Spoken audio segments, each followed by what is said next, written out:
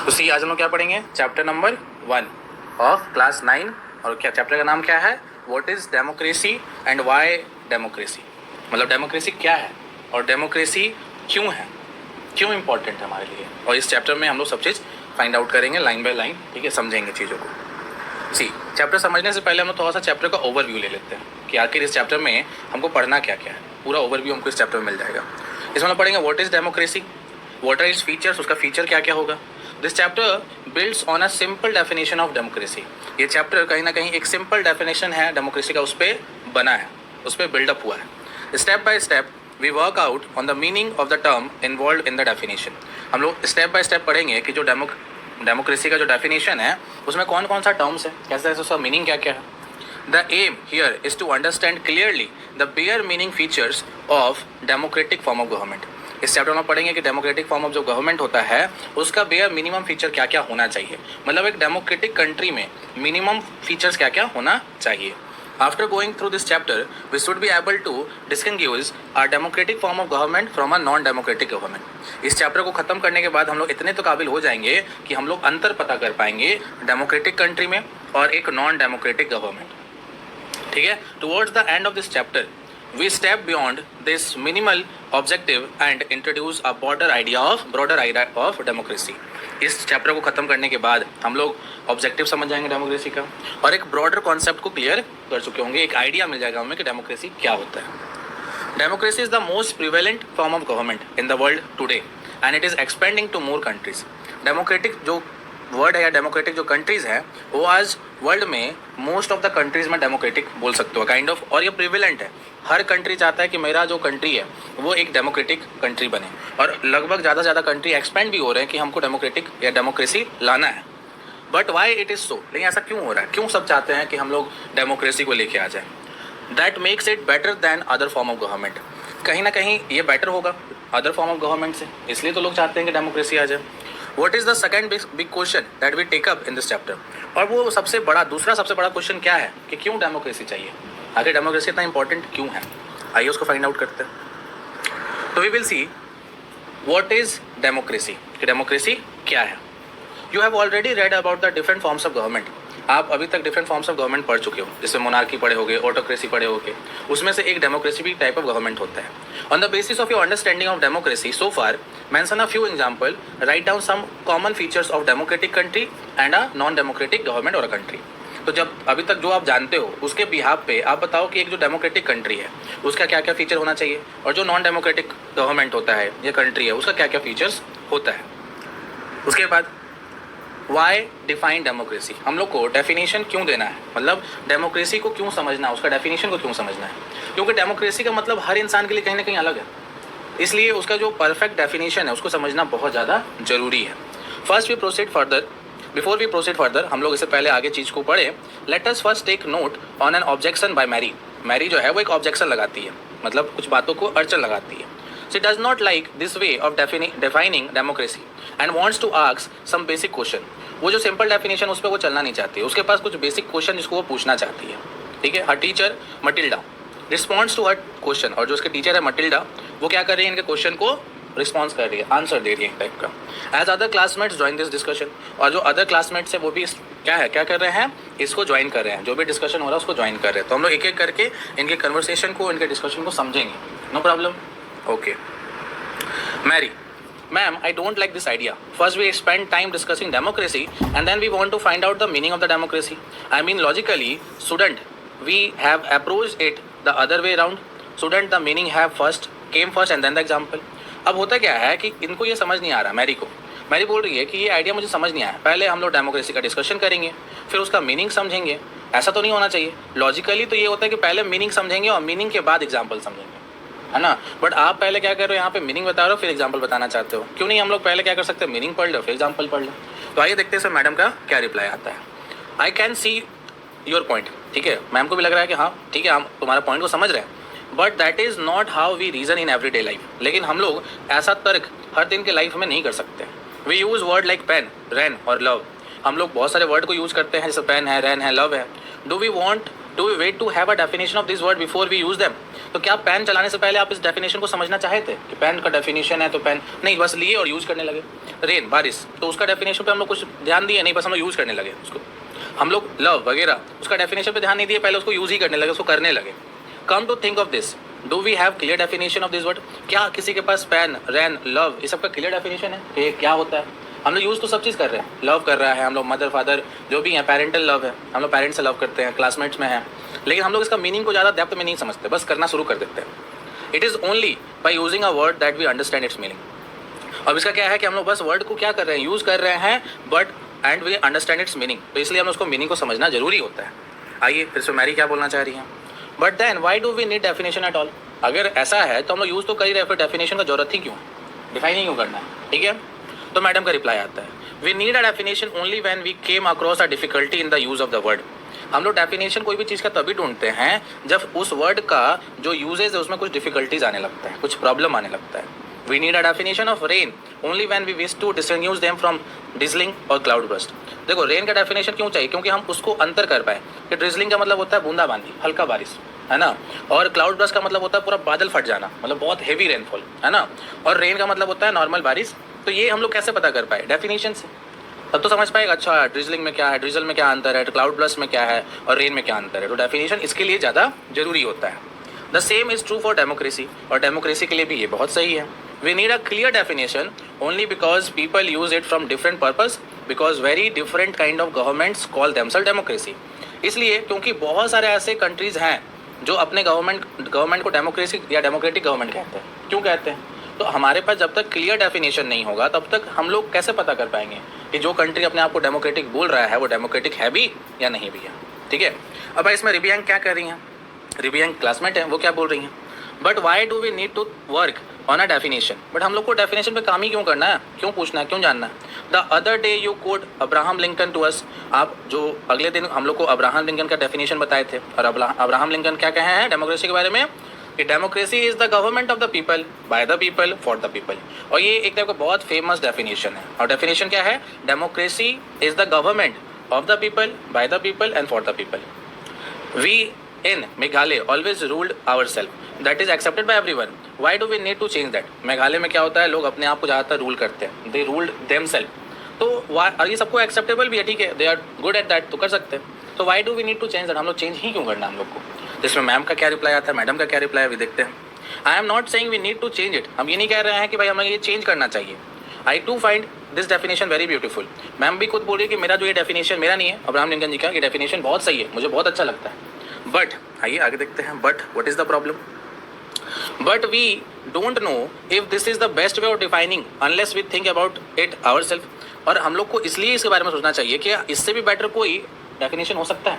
खुद से भी सोच के तो पता किया जा सकता है कि ऐसे भी कोई बेटर अंडरस्टैंडिंग या बेटर डेफिनेशन हो सकता है। We must not accept something just because it is famous, just because everyone accept it.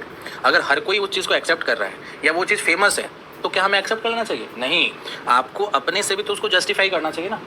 लोग बोल रहे हैं इसलिए आप एक्सेप्ट कर लोगे, दिस नॉट डन। आपको खुद से भी क्या करना चाहिए, उसको जस्टिफाई करना चाहिए। उसके बाद योलेंडा क्या कह रही है, ठीक है, ma'am can I suggest something? Ma'am से बोलती है, मैम क्या हम कुछ सजेस्ट कर सकते हैं, क्या आपको कुछ सुझाव दे सकते हैं? We don't need to look for any definition. वो बोल रही है कि हम लोग को कोई डेफिनेशन देखने का कोई जरूरत ही नहीं है। I read somewhere that the word democracy come from a Greek word demokratia. ये बहुत इंपॉर्टेंट है। क्या है कि भाई जो डेमोक्रेसी जो वर्ड है वो एक ग्रीक वर्ड है। कैसा वर्ड है? Greek word. क्या है? डेमोक्रेटिया। और डेमोस का मतलब होता है पीपल, और क्रेटिया का मतलब होता है रूल। मतलब जहाँ पे पीपल रूल होता है, जहाँ पे क्या होता है, पीपल का रूल होता है। पीपल रूल देमसेल्फ, लोग अपने आप को ही रूल करने लगते हैं। So democracy is rule by the people. तो अगर सिंपल डेफिनेशन में बोला जाए तो डेमोक्रेसी क्या है? Rule by the people. People rule कर रहे हैं अपने आप को। This is the correct meaning. Where is the need of debate? अब वो बोल रही है कि ये तो पक्का करेक्ट मीनिंग है, तो डिबेट का तो कोई जरूरत ही नहीं है, कोई डिस्कशन, कोई डिबेट का कोई खास जरूरत नहीं है। अब इसमें मैडम का क्या रिप्लाई आता है? That is also a very helpful way of thinking about this matter. Ma'am बोल रही है कि ये जो आप तुम सोचे हो ये बहुत हेल्पफुल है इस मैटर के लिए, हमारे लिए। I would just say that this does not always work. लेकिन मैं कह रही हूँ कि ये हमेशा काम नहीं करता है। A word does not remain tied to its origin. और बोला जा रहा है कि जो वर्ड जिस ऑरिजिन से आया है बस उसी वर्ड और उसी मीनिंग पे वो चले हमेशा, ऐसा कोई ज़रूरी नहीं है। Just think of computer. Computer के बारे में सोचो। Originally they were use for computing, जब स्टार्टिंग हुआ था तो ओरिजिनली उनको कंप्यूटिंग के पर्पज से ही रखा गया था, मतलब कैलकुलेट करने के पर्पज से, मतलब जो डिफिकल्ट मैथ्स सम्स है, सॉल्यूशंस है, उसके लिए, है ना। These were very powerful calculator, उनको बहुत पावरफुल कैलकुलेटर के फॉर्म में ही देखा जाता था, किसको, कंप्यूटर्स को। But nowadays very few people use computer for computing sum, लेकिन आजकल लोग कंप्यूटर का जो यूजेज है उसको कंप्यूटिंग करने के लिए बहुत कम यूज़ करते हैं, कैलकुलेट करने के लिए बहुत यूज़ कम होता है। वो यूज़ होता है राइटिंग के लिए, डिज़ाइनिंग के लिए, म्यूजिक सुनने के लिए, कोई फिल्म देखना है उसके लिए। तो वर्ड का मीनिंग उस समय कुछ और था, लेकिन समय के अनुसार वो क्या हो गया, चेंज हो गया। In that case it is not very useful to look at the origin of the word. इसलिए अगर आप केवल ओरिजिन ऑफ द वर्ड पे जाके देखोगे तो ये सही नहीं है। इसमें मैरी क्या बोल रही हैं, ma'am, so basically what you are saying is that there is no shortcut to think to our thinking about the matter ourself, we have to think about its meaning and evolve a definition. तो Mary बोल रही है, इसका मतलब ये है कि हम लोग, इसके अंदर कोई शॉर्टकट नहीं है, हम लोग को खुद सोचना पड़ेगा उसके मीनिंग के बारे में और उसका एक इवॉल्व डेफिनेशन देना पड़ेगा। मैडम इसमें क्या रिप्लाई दे रही है, यू गॉट मी राइट, आप सही समझे हो, late us get on with it now. चलो तो हम लोग इसको आगे फॉरवर्ड करते हैं। अब आइए हम लोग देखेंगे अ सिंपल डेफिनेशन। तो अब एक सिंपल डेफिनेशन क्या हो सकता है। Let us get back to our discussion on similarities and difference among government that are called. तो अब हम लोग देखेंगे कि जितने भी गवर्नमेंट हैं उसमें सिमिलैरिटीज, डिफरेंसेस क्या क्या है, जो अपने आप को क्या बुलाते हैं, डेमोक्रेसीज कहते हैं। One simple factor common to all democracy is the government is chosen by the people. बोला जा रहा है कि जो एक कॉमन फीचर है, एक कॉमन फैक्टर है जो हर डेमोक्रेसीज में होता है, वो ये है कि वो गवर्नमेंट किसके द्वारा चुना जाएगा, लोगों के द्वारा चुना जाएगा। लोग उसको चूज करेंगे, उनको चुनेंगे। वी कुड दस start with a simple definition. तो इसके लिए हम एक सिंपल डेफिनेशन लोग क्या दे सकते हैं, democracy is a form of government in which the ruler are elected by the people. इसमें हम लोग क्या करते हैं, जो रूलर है वो किसके द्वारा इलेक्ट होकर आएगा, पीपल के द्वारा इलेक्ट होके आएगा। This is useful starting point, ये एक बहुत यूजफुल स्टार्टिंग पॉइंट है। This definition allows us to separate democracy from forms of government that are clearly not democratic. ये जो स्टार्टिंग पॉइंट है ये आपका बहुत हेल्प करेगा ये पता करने में कि जो अपने आप को डेमोक्रेटिक कह रहे हैं क्या वो डेमोक्रेटिक है भी या नहीं है, क्या लोग उनको चुनता है कि नहीं चुनता है। The army ruler of Myanmar were not elected by the people. और जो आर्मी रूलर होते हैं म्यांमार में उनको लोग चुनते नहीं हैं, तो क्या उनको डेमोक्रेटिक कहना सही रहेगा। Those who happen to be in a control of army became the ruler of the country। कहने का मतलब क्या है कि जो एक आर्मी को कंट्रोल कर सकते हैं या करते हैं वो generally ruler of the country बन जाते हैं। People had no say in this discussion। People उसमें कुछ डिस्कशन नहीं कर पाते। Dictator like Pinochet जो कि चाइल्ड या चेल are not elected by the people. ये लोग भी क्या होते हैं, डिक्टेटर है, ये लोग इलेक्ट नहीं होते हैं, इनको चुना पीपल चुनते नहीं है। This is also applies to the monarchies. जो मोनार्क्स होते हैं, राजा महाराजा का रूल होता है, उसमें भी लोग उनको चुनते नहीं है, वो एक टाइप का बन जाता है खुद से। The kings of Saudi Arabia, तो सऊदी अरेबिया के जो किंग्स हैं, rule but not because people have chosen them to do so but because they happen to be born into a royal family. Saudi Arabia में जो राजा महाराजा है वो elect नहीं होते हैं, उनको पीपल चुनते नहीं है, बस वो एक रॉयल फैमिली में, एक राज घराने में जन्मे हैं, इसलिए वो क्या करने लगते हैं, रूल करने लगते हैं, जो कि कहीं ना कहीं सही नहीं है, डेमोक्रेटिक नहीं है। सही है या नहीं है we are not able to discuss, but they are not democratic. The simple definition is not adequate. कहने का मतलब क्या है, एक सिंपल डेफिनेशन लेकर चलना बस एडुकेट नहीं होगा, मतलब एक टाइप का पूरा नहीं हो सकता। It remind us that democracy is people rule. But ये रिमाइंड करता है कि क्या है, डेमोक्रेसी एक पीपल का रूल है, मतलब लोग रूल करेंगे। But if we use the this definition in an unthinking manner we would end up calling almost every government that hold an election a democracy। अगर हम लोग केवल ये लेके चले कि जहाँ पर पीपल रूल है, जहाँ पे पीपल वोट करके बस अपने गवर्नमेंट को चुनते हैं, तब तो लगभग सारे गवर्नमेंट जो हैं वो कहीं ना कहीं इलेक्शन करवाती है, तो वो तो डेमोक्रेसी हो जाएगा हर जगह। तो क्या केवल ये कहना कि पीपल अपने डेमोक्रेसी या रूलर को चुनेंगे बस वही एक टाइप का डेमोक्रेसी होगा, तो ये भी गलत है। लेट्स सी तो क्या सही है आगे। That would be very misleading, ये बहुत मिसलीडिंग हो सकता है। As we shall find out in the chapter 3, जो कि आपको चैप्टर 3 में पढ़ने को आगे मिलेगा। Every government in contemporary world wants to become a democracy। जितने भी गवर्नमेंट है जो टेम्पररी वर्ल्ड में है, कंटेम्पररी वर्ल्ड में है, वो सब कोई डेमोक्रेसी बनना चाहते हैं। Even if it is not so, हालांकि वो नहीं भी है फिर भी वो बनना चाहते हैं। That is why we need to carefully distinguish between a government that is democracy and one that pretend to be। कहने का मतलब क्या है, इसलिए हम लोग को ये पता करना पड़ेगा अच्छे से, केयरफुली अंतर करना पड़ेगा कि एक डेमोक्रेटिक गवर्नमेंट और जो बस प्रिटेंड कर रहे हैं, बनने का नाटक कर रहे हैं, ढोंग कर रहे हैं, उनमें क्या अंतर है, ये दोनों बातों को अच्छे से पता करना पड़ेगा। We can do so by understanding each word in this definition carefully and spelling out the feature of the democratic government. तो हम लोग feature of the democratic government को एक एक करके पढ़ना, समझना और फिर किसी कंट्री को जज करना कि वो डेमोक्रेटिक है या नहीं है, वो कर सकते हैं। ठीक है, यहाँ पे देख लीजिए, ये फोटोज़ है हमारे पास, इसमें क्या लिखा हुआ है, यहाँ पे डेमोक्रेसी लिखा हुआ है, जिसको ये लोग सब जाके यहाँ पे स्टैंड कर रहे हैं। इसका क्या मतलब है, और ये क्या है, in the presence of US. ठीक है, यहाँ पे एक टाइप का कार्टून है जो बताया जा रहा है कि why is democracy written the this way, क्योंकि वो वहाँ पे स्टैंड करने जा रहे हैं, डेमोक्रेसी को लगा रहे हैं कि अच्छा यहाँ पे अब डेमोक्रेसी रहेगा। This cartoon was drawn when election were held in Iraq with the presence of US and other foreign power. What do you think this cartoon is saying? तो ये कह रहे हैं कि जो यूएस गवर्नमेंट है वो क्या कर रहे थे, इराक में क्या कर रहे थे, डेमोक्रेसी ला रहे थे, इसलिए वो लोग यहाँ पे इसको स्टैंड कर रहे हैं। Okay, no worry. आगे क्या है, features of democracy. We have started with a simple definition that democracy is the form of government in which the rulers are elected by the people। हम लोग एक सिंपल डेफिनेशन से start किए थे कि डेमोक्रेसी क्या होता है। डेमोक्रेसी एक टाइप का क्या है, फॉर्म ऑफ गवर्नमेंट है जो कि किसके द्वारा इलेक्ट होता है, पीपल के द्वारा इलेक्ट होता है। मतलब जो रूलर्स होते हैं वो किसके द्वारा इलेक्ट होंगे, पीपल के द्वारा इलेक्ट होते हैं। लेकिन बहुत सारा क्वेश्चन अराइज होता है, इस सिंपल डेफिनेशन को देखते हुए बहुत सारा क्वेश्चन अराइज होता है, और एक एक करके हम लोग उस क्वेश्चन को देखते हैं। क्या क्वेश्चन है, Who are the rulers in this definition? अब ये रूलर जो हैं इस डेफिनेशन में वो होंगे कौन? Which officials must be elected for any government to be called as democracy? किस टाइप के ऑफिशियल्स को आपको इलेक्ट करना पड़ेगा अगर आपको डेमोक्रेसी लाना है, एक टाइप का गवर्नमेंट लाना है, डेमोक्रेटिक गवर्नमेंट लाना है कोई कंट्री में? Which decision may be taken by non-elected officials in the democracy? और किस टाइप का डिसीजन लिया जा सकता है नॉन इलेक्टेड ऑफिशियल के द्वारा एक डेमोक्रेसी में? ये एक मेजर क्वेश्चन है। What kind of election constitutes a democratic election? किस टाइप का इलेक्शन होगा जो हम लोग वहाँ पे बोलेंगे कि ये एक डेमोक्रेटिक इलेक्शन हुआ? What condition must be fulfilled for an election to be considered democratic? क्या क्या कंडीशन होना चाहिए जिसको फुलफिल किया जाए तो आप समझोगे वहाँ पे डेमोक्रेटिक इलेक्शन हुआ है। आगे क्वेश्चन क्या है, Who are the people? ये पीपल कौन होंगे? Who can elect the ruler, जो रूलर को इलेक्ट कर सकेंगे, and get elected as a ruler, या एज अ रूलर भी खड़ा हो पाएंगे। Should this include every citizen on equal basis? क्या जितने भी सिटीजन उस कंट्री में रह रहे हैं सबको इक्वल बेसिस पर ट्रीट किया जाएगा?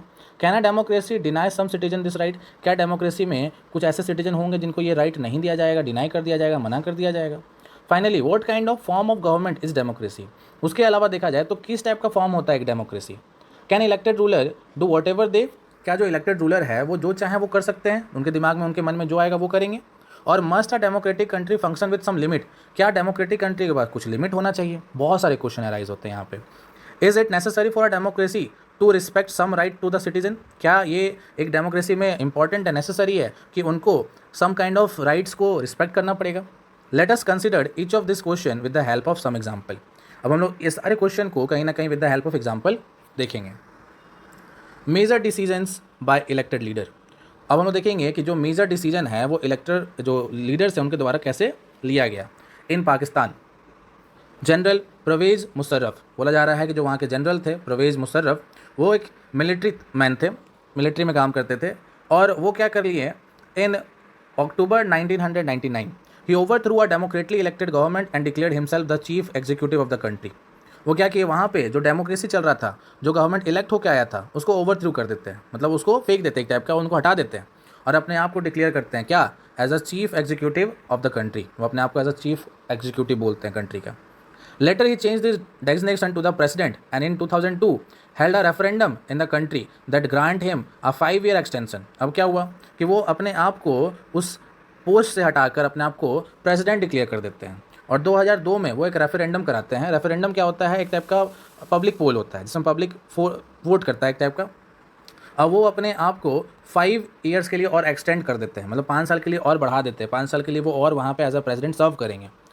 Pakistani media, human rights organization and democracy activist said that the referendum was based on. तो वहाँ पे जो पाकिस्तानी मीडिया है, जो डेमोक्रेसी के एक्टिविस्ट थे, या वहाँ पे जो ह्यूमन राइट्स वाले थे, उन्होंने इस रेफरेंडम को किस पे निर्धारित बताया गया था, लेट्स सी, बेस्ड था माल प्रैक्टिसेस पे एंड फ्रॉड पे। मतलब ये एक टाइप का गलत प्रैक्टिस से लिया गया था, एक टाइप का फ्रॉड किया गया था पब्लिक के साथ। In August 2002 he issued a legal framework order. अगस्त के महीने में 2002 में वो एक लीगल फ्रेमवर्क ऑर्डर पास करते हैं जिसमें पाकिस्तान का जो कॉन्स्टिट्यूशन है उसको अमेंड कर दिया जाता है। अमेंड मतलब उसमें कुछ बदलाव ला दिया जाता है।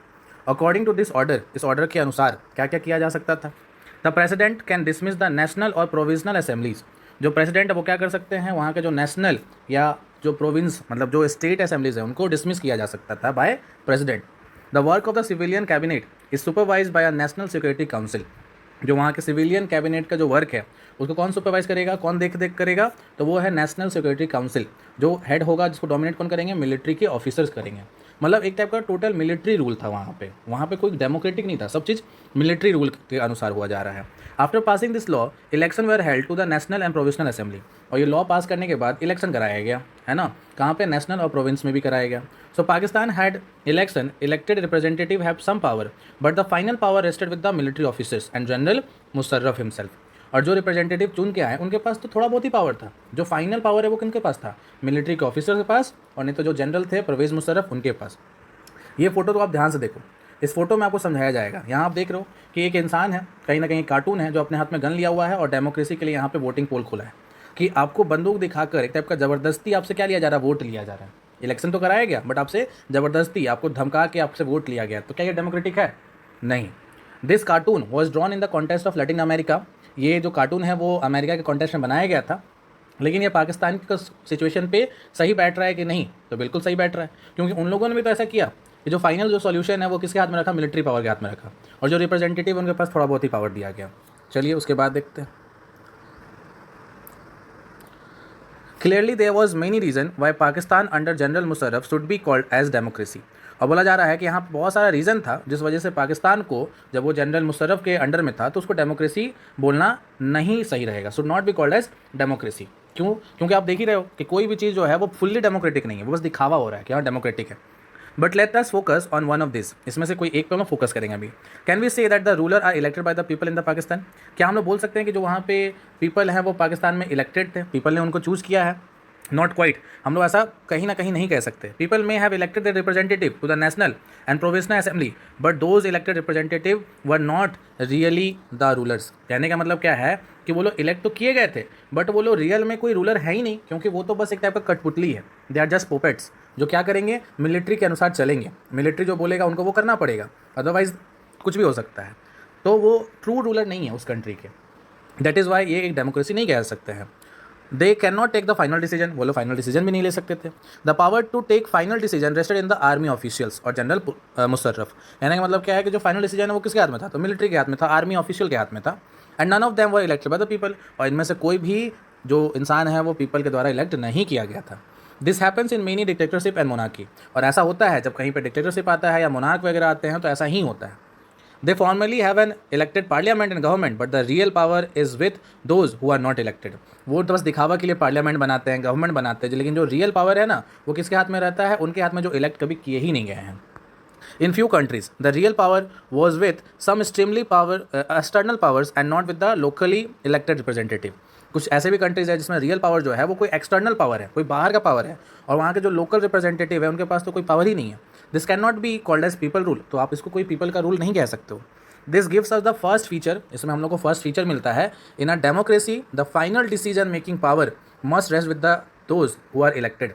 तो फाइनल डिसीजन बनाने का अधिकार किसको होना चाहिए, जो उसको पीपल ने चूज करके वहाँ पे भेजा है, तब जाके आप उसको डेमोक्रेसी कह सकते हो।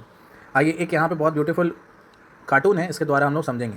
ये क्या है, यहाँ पे लिखा हुआ सीरिया, और ये जो है ये आपको इसको फॉर्म दे रहा है, और ये जो है डेमोक्रेसी है। और यहाँ क्या लिखा हुआ है, no entry before you fill the form and become the member of al Baath party. बोला जा रहा है कि अगर आपको क्या करना है, इसके अंदर आना है, तो आपको इस फॉर्म को भरना पड़ेगा और आपको क्या बनना पड़ेगा, मेंबर बनना पड़ेगा, किसका, अलबात पार्टी का। अब यहाँ देखिए क्या लिखा हुआ, Syria is a small west Asian country. Syria जो है एक छोटा सा वेस्ट और एशियन कंट्री, हमारे वेस्ट और एशिया में है, तो इसलिए वेस्ट एशियन कंट्री है। The ruling Baath party and some of its small allies are only party allowed in that country. उस कंट्री में एक मेजर पार्टी है जनरली, और उसके छोटे मोटे कुछ अलाइज पार्टीज़ भी हैं, और वो लोग क्या करते हैं, सभी को इस पार्टी में इन्वॉल्व करवाते हैं। तो क्या आप सोचते हो कि ऐसा चाइना में और मैक्सिमम में भी अप्लाई किया जा सकता है? तो क्या ये फुल्ली डेमोक्रेटिक होगा? Free and fair electoral competition, मतलब जो इलेक्शन होने वाला है वो फ्री एंड फेयर होना चाहिए। और इसके लिए क्या क्या दिया हुआ देखते हैं। In China election are regularly held after every 5 year for electing the country parliament. बोला जा रहा है कि चाइना में हर 5 साल पे इलेक्शन होता है, क्योंकि कंट्री का जो पार्लियामेंट है उसको तो चुना जाना चाहिए। और वो जो कंट्री का पार्लियामेंट है उसको क्या नाम दिया गया है, नेशनल पीपल कांग्रेस, और चाइनीज लैंग्वेज में लिखा गया है क्वांगो रिमिन दियाबियाओ दाहुई। ये एक चाइनीज़ नेम है और यहाँ पे उनका जो इंग्लिश मतलब है वो क्या है, national people congress. The national people congress has the power to appoint the president of the country. और ये जो नेशनल पीपल कांग्रेस है इसके पास क्या है, पावर है कि वो वहाँ का प्रेसिडेंट को क्या कर सकता है, अपॉइंट कर सकता है। It has nearly 3000 members elected from all over China. इनमें क्या होता है, लगभग 3000 मेंबर को इलेक्ट किया जाता है पूरे चाइना से। Some members are elected by the army, कुछ मेंबर ऐसे होते हैं जो आर्मी से इलेक्ट किया जाते हैं। Before contesting election a candidate need the approval of Chinese communist party. अगर किसी भी कैंडिडेट को इलेक्शन में कॉन्टेस्ट लेना है, लड़ना है, तो उसको किससे अप्रूवल लेना पड़ेगा, चाइनीज़ कम्युनिस्ट पार्टी से अप्रूवल लेना पड़ेगा। Only those who are the member of Chinese communist party और 8 small party allied to it were allowed to contest election held in 2002 and 2003। बोला जा रहा है केवल उन्हीं मेंबर को अलाउ था इलेक्शन लड़ना जो चाइनीज़ कम्युनिस्ट पार्टी से क्या थे, मिले हुए थे या उसके मेंबर थे, और नहीं तो उसके 8 छोटे मोटे जो पार्टीज़ हैं जो उनसे अलाई बना के रखे हैं, एक टाइप के टाई अप करके रखे हैं, उन्हीं को इलेक्शन लड़ना अलाउड था। कब, 2002 एंड 2003 में। The government is always formed by the communist party. जो गवर्नमेंट है वो हमेशा किस पार्टी से निकल के आता है, कम्युनिस्ट पार्टी से निकल के आता है। Since it independence in 1930 Mexico hold election after every 6 year to elect its president. बोला जा रहा है मैक्सिको जो है उसका इंडिपेंडेंस कब हो गया था, 1930 में। उसके बाद से वो हर 6 साल में क्या करता है, इलेक्शन करवाता है जिससे वो अपने प्रेसिडेंट को चूज कर सकता है। The country has never been under a military or dictator rule. जो कंट्री है वो कभी भी मिलिट्री रूल या डिक्टेटर रूल में नहीं रहा है। But until 2000 every election was won by, लेकिन 2000 तक, 2000 जो ईयर था उस समय तक एक ही पार्टी है जो वहाँ पर क्या करता था, पार्टी को जीत जाता था। अब वो पार्टी का नाम क्या बताया गया यहाँ पर, PRI।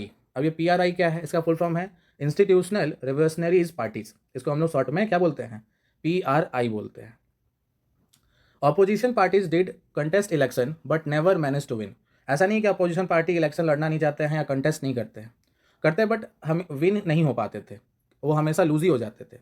The PRI was known to use many dirty tricks to win the election. जो ये PRI पार्टी है वो हमेशा डर्टी ट्रिक्स यूज किया करता था इलेक्शन को जीतने के लिए। All those who were employed in the government office had to attend its party meeting. जितने भी लोग जो गवर्नमेंट में, जो गवर्नमेंटल ऑफिस में एम्प्लॉयड थे, एक टाइप के गवर्नमेंट सर्वेंट्स थे, उनको इनके पार्टी मीटिंग में आना पड़ता था, पार्टी के मीटिंग में अटेंड होना पड़ता था। Teachers of government schools use to force parent to vote for PRI। मतलब जो टीचर्स होते थे ना गवर्नमेंट स्कूल के, वो अपने पेरेंट्स से क्या करते थे, उनको फोर्स किया करते थे कि आप वोट किसको देंगे, PRI को देंगे। Media largely ignored the activity of opposition political party except to criticise them. बोला जा रहा है कि जो मीडिया है वो अपोजिशन पार्टी का बात को ज़्यादातर दिखाता ही नहीं था, उन्हीं को एक्सेप्ट क्रिटिसाइज नहीं करने देता था। Sometime the polling booths were shifted from one place to another in the last minute, which made the difficult for people to cast their vote। और कभी कभी तो ऐसा होता था कि जो पोलिंग बूथ है जहाँ पे आप लोग वोट करने जाते हो, उसको अचानक से लास्ट मोमेंट में शिफ्ट कर दिया जाता था from one place to another, जिससे जो पीपल थे उनको बहुत डिफिकल्टीज होता था वोट करने में। The PRI spend a large some of money in the campaign for the candidates. जो PRI के मेंबर हुआ करते थे वो बहुत ज़्यादा पैसा खर्च करते थे अपने कैंपेनिंग में। Should we consider the election described above as a example of people electing their rulers. क्या ये जो इलेक्शन हो रहा है, क्या इसमें बोल सकते हैं कि इसमें पीपल अपने रूलर को इलेक्ट कर पा रहे हैं अच्छे से। Reading this examples we get a sense that we can not. अगर हम इस एग्जाम्पल को पढ़ के हमें तो यही लग रहा है कि हम इसको एक फ्री एंड फेयर इलेक्शन तो नहीं कह सकते। There are many problem here. यहाँ पे बहुत सारे प्रॉब्लम इसमें। In China the election do not offer the people any serious choice. China में जो इलेक्शन हो रहा है उसमें पीपल के पास कोई सीरियस चॉइस है ही नहीं, एक ही चॉइस है। They have to choose the ruling party and the candidate approved by it. या तो उनको रूलिंग पार्टी को ही चूज करना पड़ेगा और नहीं तो ऐसे कैंडिडेट को जो रूलिंग पार्टी से अप्रूवल लेकर आया हो। Can we call this a choice. क्या हम लोग इसको बोल सकते हैं कि ये उनके पास चॉइस है? नहीं, उनको तो उन्हीं को वोट करना पड़ेगा। इन द मैक्सिकन एग्जाम्पल, अगर मैक्सिकन एग्जाम्पल लिया जाए तो people seems to really have a choice but in practice they had no choice. अगर देखा जाए तो मैक्सिकन में या मैक्सिको के एरिया में पीपल के पास दिखता तो है कि हाँ भाई उनके पास चॉइस है, but in reality in practical they do not have any kind of choice. There was no way of ruling party would be defeated even if people were against it। ऐसा दिखता था कि जो रूलिंग पार्टी है वो तो कभी defeat ही नहीं हो सकता है, हालांकि पीपल उनके अगेंस्ट भी हो जाए ना फिर भी वो हार ही नहीं सकते। These are not fair election। तो ऐसे इलेक्शन को हम लोग फेयर इलेक्शन नहीं कह सकते हैं। क्या है वो? Holding election of any kind is not sufficient. आप अपने देश में कोई भी टाइप का इलेक्शन करवा लो तो वो सफिशिएंट नहीं होगा। The election must offer a real choice between political alternative. बोला जा रहा है जो इलेक्शन है उसमें एक रियल चॉइस होना चाहिए लोगों के पास कि वो पार्टी ए को वोट करेंगे, बी को, सी को, डी को, या बहुत सारे जो भी पार्टीज़ हैं उनमें चॉइस होना चाहिए। ऐसा नहीं केवल एक ही पार्टी आप उन्हीं को वोट किए जा रहे हो, या एक ही पार्टी जो बार बार जीती जा रहा है कोई अलग टाइप का प्रैक्टिस करके, तो ये सही नहीं है। And it should be possible for people to use the choice to remove the existing party if they wish so. और ऐसा भी कोई रूल एंड ऐसा भी कुछ होना चाहिए पीपल के पास पॉसिबल चॉइस कि अगर कोई पार्टी रूल कर रहा है अभी तो उसको अगर हटाना हो, अगर वो बहुत ज़्यादा कुछ गलत कर रहा हो तो उसको हटाने का भी कोई चांस हो। So a democracy must be based on a free and fair election. इसका मतलब क्या है, डेमोक्रेसी क्या होना चाहिए, फ्री एंड फेयर इलेक्शन पे बेस्ड होना चाहिए। Where those currently in power have a fair chance of losing. बोलने का मतलब क्या है कि जो अभी रूलिंग पार्टी में हैं, जो अभी रूल कर रहे हैं, अगले बार वो भी हार सकते हैं, ऐसा भी चांस होना चाहिए। जिनके जिनके लिए उनके पास ये फियर हो, ये डर हो कि अगर हम अच्छे से काम नहीं करेंगे तो अगले बार लोग हमें वोट नहीं देगा। We shall find out more about democratic election in chapter 3। जब हम चैप्टर 3 पढ़ेंगे तो वहाँ पर डेमोक्रेटिक इलेक्शन के बारे में हमें बहुत कुछ और भी पढ़ने का मौका मिलेगा। अगर आप इस कार्टून को ध्यान से देखो तो इस कार्टून में आपको क्या दिख रहा है कि यहाँ बहुत सारा बैग्स है और इस बैग में बहुत सारे पैसे को रखा गया है और इसको खड़ा किया गया है। एक टाइप का इस कार्टून को खड़ा किया गया है। इसको टाइटल दिया गया था बिल्डिंग डेमोक्रेसी। क्या टाइटल दिया गया था, बिल्डिंग डेमोक्रेसी।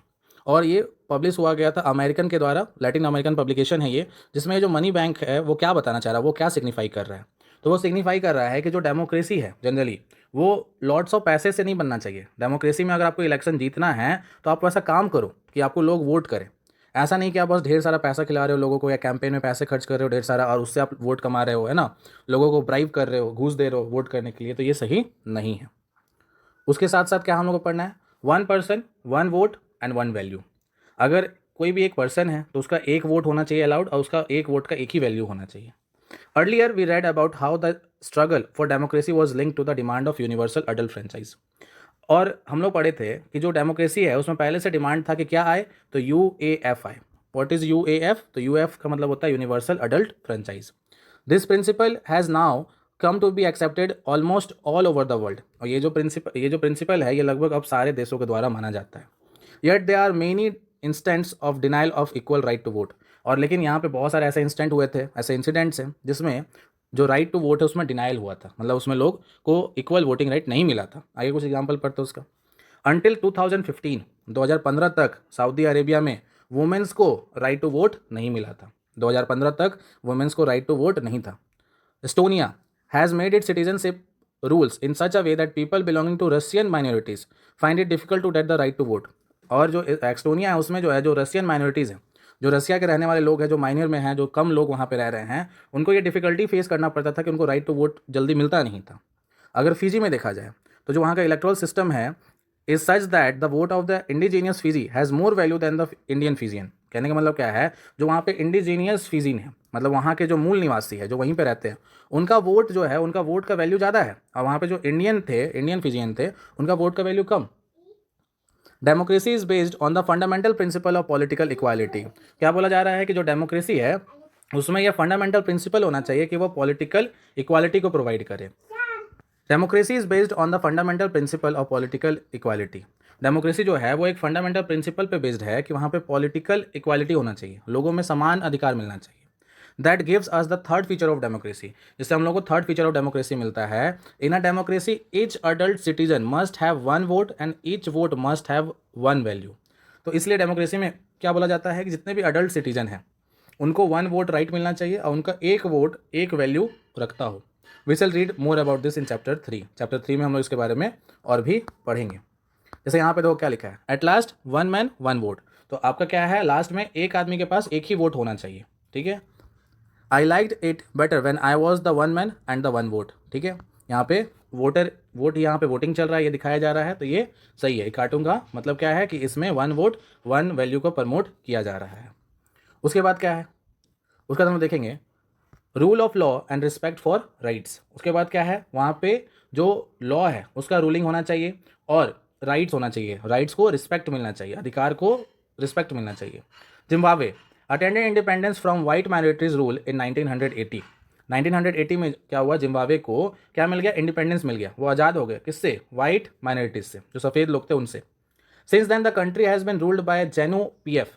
और उस समय से एक ही पार्टी है जो उस कंट्री को रूल किए जा रहा है। The party had led the freedom struggle. और यही पार्टी जो क्या है, फ्रीडम स्ट्रगल भी किया था, उस समय आज़ाद होने के लिए इन्होंने फाइट किया था।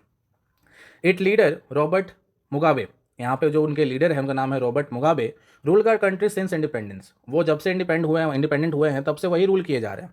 Election were held regularly and always won by JNU-PF, ZANU-PF। बोला जा रहा है कि जब से वहाँ पे इलेक्शन हो रहा है तब से वही जीते जा रहे हैं, उनकी पार्टी जीते जा रही है।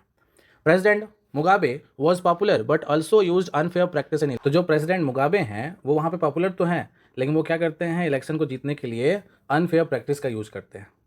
Over the year this government change the constitution several time to increase the power of the president and make him less countable. बोला जा रहा है कि बहुत सालों से ये जो गवर्नमेंट बना रहे हैं उन्होंने कॉन्स्टिट्यूशन को, वहाँ के संविधान को बहुत बार चेंज किया, टाइम टू टाइम बहुत बार चेंज किया, और उसमें पावर ऑफ द प्रेसिडेंट को इंक्रीज करवाया गया। मतलब जो प्रेसिडेंट के पास पावर होना चाहिए उसमें और कुछ इंक्रीजमेंट किया गया। And make him less accountable, और उनको जवाबदेही पे कम रखा गया कि वो अगर कर रहे हैं तो कर रहे हैं, वो सही है, उनको ज़्यादा अकाउंटेबल नहीं करना, उनको ज़्यादा पार्टी को रिप्लाई नहीं करना है। Opposition party workers were harassed and their meeting disrupt. बोला जा रहा है जो अपोजिशन पार्टी है उनके जो वर्कर्स हैं उनको हैरेसमेंट किया जाता है, परेशान किया जाता है, उनके मीटिंग को डिसरप्ट किया जाता है। Public protest and demonstration against the government were declared illegal. अगर पब्लिक प्रोटेस्ट कर रही है या उनके डेमोस्ट्रेशन को बता रही है, उनके डेमोस्ट्रेशन के अगेंस्ट जा रही है, तो गवर्नमेंट उन्हें इलीगल साबित कर दिया करते थे। There was a law that limited the right to criticise the president. वहाँ पे एक ऐसा भी कानून था जिसमें आप प्रेसिडेंट को क्रिटिसाइज नहीं कर सकते हो।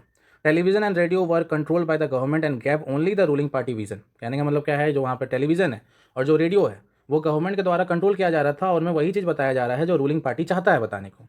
दे वर इंडिपेंडेंट न्यूज़पेपर, वहाँ पे इंडिपेंडेंट न्यूज़पेपर थे, but the government harassed those journalist who went against it. मतलब लेकिन गवर्नमेंट जो है वो सबको परेशान करता था जो किसके अगेंस्ट जाएंगे, गवर्नमेंट के अगेंस्ट जाके कुछ बोलेंगे।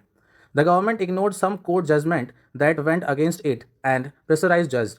ही was force out of office in 2017। बोला गया कि जो गवर्नमेंट है वो कुछ कोर्ट के जजमेंट को भी मानने से इनकार कर देता है और जज पे ही अपना प्रेशर बनाना शुरू कर देता है। एंड उनको क्या किया गया था, that he was force to leave the office in 2017। तो उनको 2017 में अपने ऑफिस को भी छोड़ने के लिए फोर्स कर दिया गया था। The example of Zimbabwe shows that popular approval of rulers is necessary in the democracy but it is not sufficient. बोला जा रहा है कि पॉपुलर रूलर का अप्रूवल होना डेमोक्रेसी में इज नेसेसरी, नीड है, बट सिर्फ सफिशिएंट नहीं है, मतलब वही चीज़ हो वो जरूरी नहीं है। Popular governments can be undemocratic. अगर पॉपुलर गवर्नमेंट बना रहे हैं तो वो भी अनडेमोक्रेटिक हो सकते हैं। Popular leaders can be autocratic, क्या वो ऑटोक्रेटिक भी हो सकते हैं। If we wish to access a democracy it is important to look at the election. अगर हम लोग चाहते हैं कहीं पर डेमोक्रेसी आए तो वहाँ के इलेक्शन पे ध्यान देना बहुत ज़रूरी है।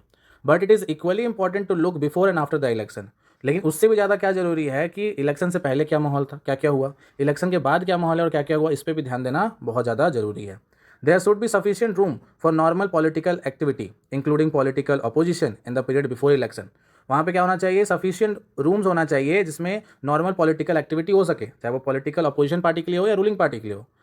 This requires that the state should respect some basic right to the citizen. और ये कब हो पाएगा, जब वो स्टेट, वो कंट्री कुछ basic right of the citizen को क्या करेगी, हमेशा रिस्पेक्ट देगी।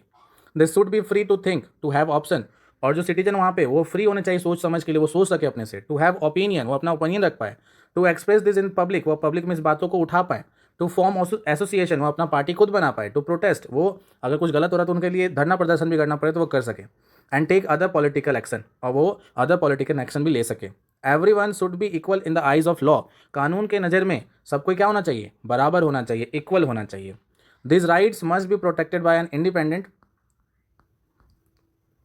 जुडिशियरी। और उनके जो राइट है उनको जुडिशरी द्वारा क्या किया जाए, कंट्रोल किया जाए, एक टाइप का मॉनिटर किया जाए। Those orders were obeyed by everyone, और उनके ऑर्डर को लगभग हर कोई के द्वारा माना जाए। We shall read more about this right in chapter 5। Chapter 5 में इसके बारे में हम लोग को और अच्छे से पढ़ाया जाएगा। Similarly there are some condition that applies in the way a government is run after the election. बोला जा रहा है कि इलेक्शन के बाद गवर्नमेंट कैसे रन करेगा, उसमें भी कुछ कंडीशंस हैं। A democratic government can not do what ever it likes. जो एक डेमोक्रेटिक गवर्नमेंट है वो जो मन में आए वो नहीं कर सकती, जो उसको अच्छा लगे वो नहीं कर सकती है। Simply because it has won a election. अगर वो इलेक्शन सिर्फ जीत गया है तो उसके जो मर्जी में आएगा वो करेगा, ऐसा कोई जरूरी नहीं है। It has to respect some basic rules, उनको कुछ बेसिक रूल को इज्जत देना पड़ेगा, मानना पड़ेगा। In particular it has to respect some guarantees to the minorities, उनके जो कुछ गारंटीज माइनॉरिटीज़ को मिला हुआ है उनको वो रिस्पेक्ट करेंगे, मानेंगे। Every major decision has to go through a series of consultation. जितना भी बड़े बड़े फैसला होने वाले हैं उनको कोई अकेला इंसान नहीं लेगा, वो सीरीज ऑफ कंसल्टेशन में जाएंगे। मतलब उनको पूरा एक टाइप का जो भी हमारा पार्लियामेंट है उसमें सोच समझ के उस पर विचार होकर वो चीज़ पास होगा। Every office bearer has a certain right and responsibility, जितने भी ऑफिस होंगे उनमें जितने भी काम करने वाले लोग होंगे उनके पास कुछ सर्टेन राइट होगा, कुछ रिस्पॉन्सिबिलिटी होगा, assigned by the constitution and the law, जो कॉन्स्टिट्यूशन और लॉ के अकॉर्डिंग वहाँ पे उनको दिया जाएगा। Each of this is accountable not only to the people but also to the independent official. अब वो लोग अकाउंटेबल होंगे, जवाबदेही होंगे, अगर कुछ गलत होगा तो वो जवाब देंगे, ना केवल पीपल को बल्कि जो इंडिपेंडेंट ऑफिशियल है उनको भी देना पड़े तो वो देंगे। We shall read more about this in chapter 4, जो हम लोग चैप्टर 4 में इसके बारे में और पढ़ेंगे। Both this expect give us fourth and final feature of democracy, और जो हम लोग ये चीज़ अभी हम लोग पढ़ें ये हमारा fourth and final feature of democracy को बताता है। A democratic government rules with in the limit set by the constitutional law and citizen rights. जो एक डेमोक्रेटिक गवर्नमेंट है वो किसके अनुसार चलेगा, तो एक कॉन्स्टिट्यूशन के अनुसार चलेगा। कॉन्स्टिट्यूशन में जो रूल्स एंड रेगुलेशन बताए गए हैं उनके अनुसार चलेगा। लॉ एंड ऑर्डर के ज़्यादा पढ़े नहीं जा पाएगा वो। जैसे यहाँ पे हम लोग को दिखाया गया है, देखिए इस डू नो इविल, ठीक है, यहाँ पर एक टाइप का अगर जो भी कंट्री है जो भी यहाँ पे है उसको एक प्रॉपर लॉ ऑर्डर के साथ ही चलना पड़ेगा, वो अपने मन से कुछ नहीं कर पाएंगे। आगे समरिंग डेफिनेशन, अब हम लोग क्या कर रहे हैं, डेफिनेशन को समरी दे रहे हैं, टाइप का प्रॉपर सबको समअप कर रहे हैं, सबको जितना भी पॉइंट्स हम लोग पढ़े उसको समअप करके क्या डिसीजन निकल रहा है। Democracy is a form of government in which the rulers are elected by people. पहला कि डेमोक्रेसी एक ऐसा फॉर्म ऑफ गवर्नमेंट है इसमें जो रूलर हैं वो पीपल के द्वारा चुने जाएंगे। We found that this definition was not adequate, ये जो डेफिनेशन वो काफ़ी नहीं है। इसके लिए हम लोग बहुत सारा सीरीज में डिस्कशन करते हुए बहुत सारी चीज़ को पता किए। पहला क्या, rulers elected by the people take all major decision, जो रूलर इलेक्ट होंगे पीपल्स के द्वारा वो क्या करेंगे, ज़्यादातर मेजर डिसीजन वही लेंगे। Election offer a choice and fair opportunity to the people and change the current ruler, जो इलेक्शन होगा उसमें चॉइस होगा, फेयर होगा, अब वो लोगों को ये अपॉर्चुनिटी देगा कि वो जो करेंट रूलर है उनको भी बदल सके। The choice and opportunity is available to all people on an equal basis, ये जो चॉइस है और ये जो अपॉर्चुनिटी है वो सारे पीपल के लिए अवेलेबल रहेगा और इक्वल बेसिस पर रहेगा, सबको इक्वली ट्रीट किया जाएगा। The exercise of this choice lead to the government limited by basic rules of the constitution and citizen rights, और जो गवर्नमेंट बनाएंगे वो कॉन्स्टिट्यूशन के रूल्स एंड लॉ के अकॉर्डिंग ही चलेंगे, उससे ज़्यादा वो नहीं चल सकते हैं। आइए इस कार्टून में जो दिया हुआ है उसको हम समझेंगे क्या है इस कार्टून में। ये क्या है, Chinese government blocked free flow of information on the internet by placing restriction on popular website like Google and Yahoo.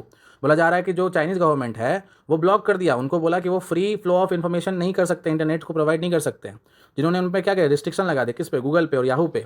The image of tanks and an unarmed students remind the reader of the another major event in the recent Chinese history, find out about the event.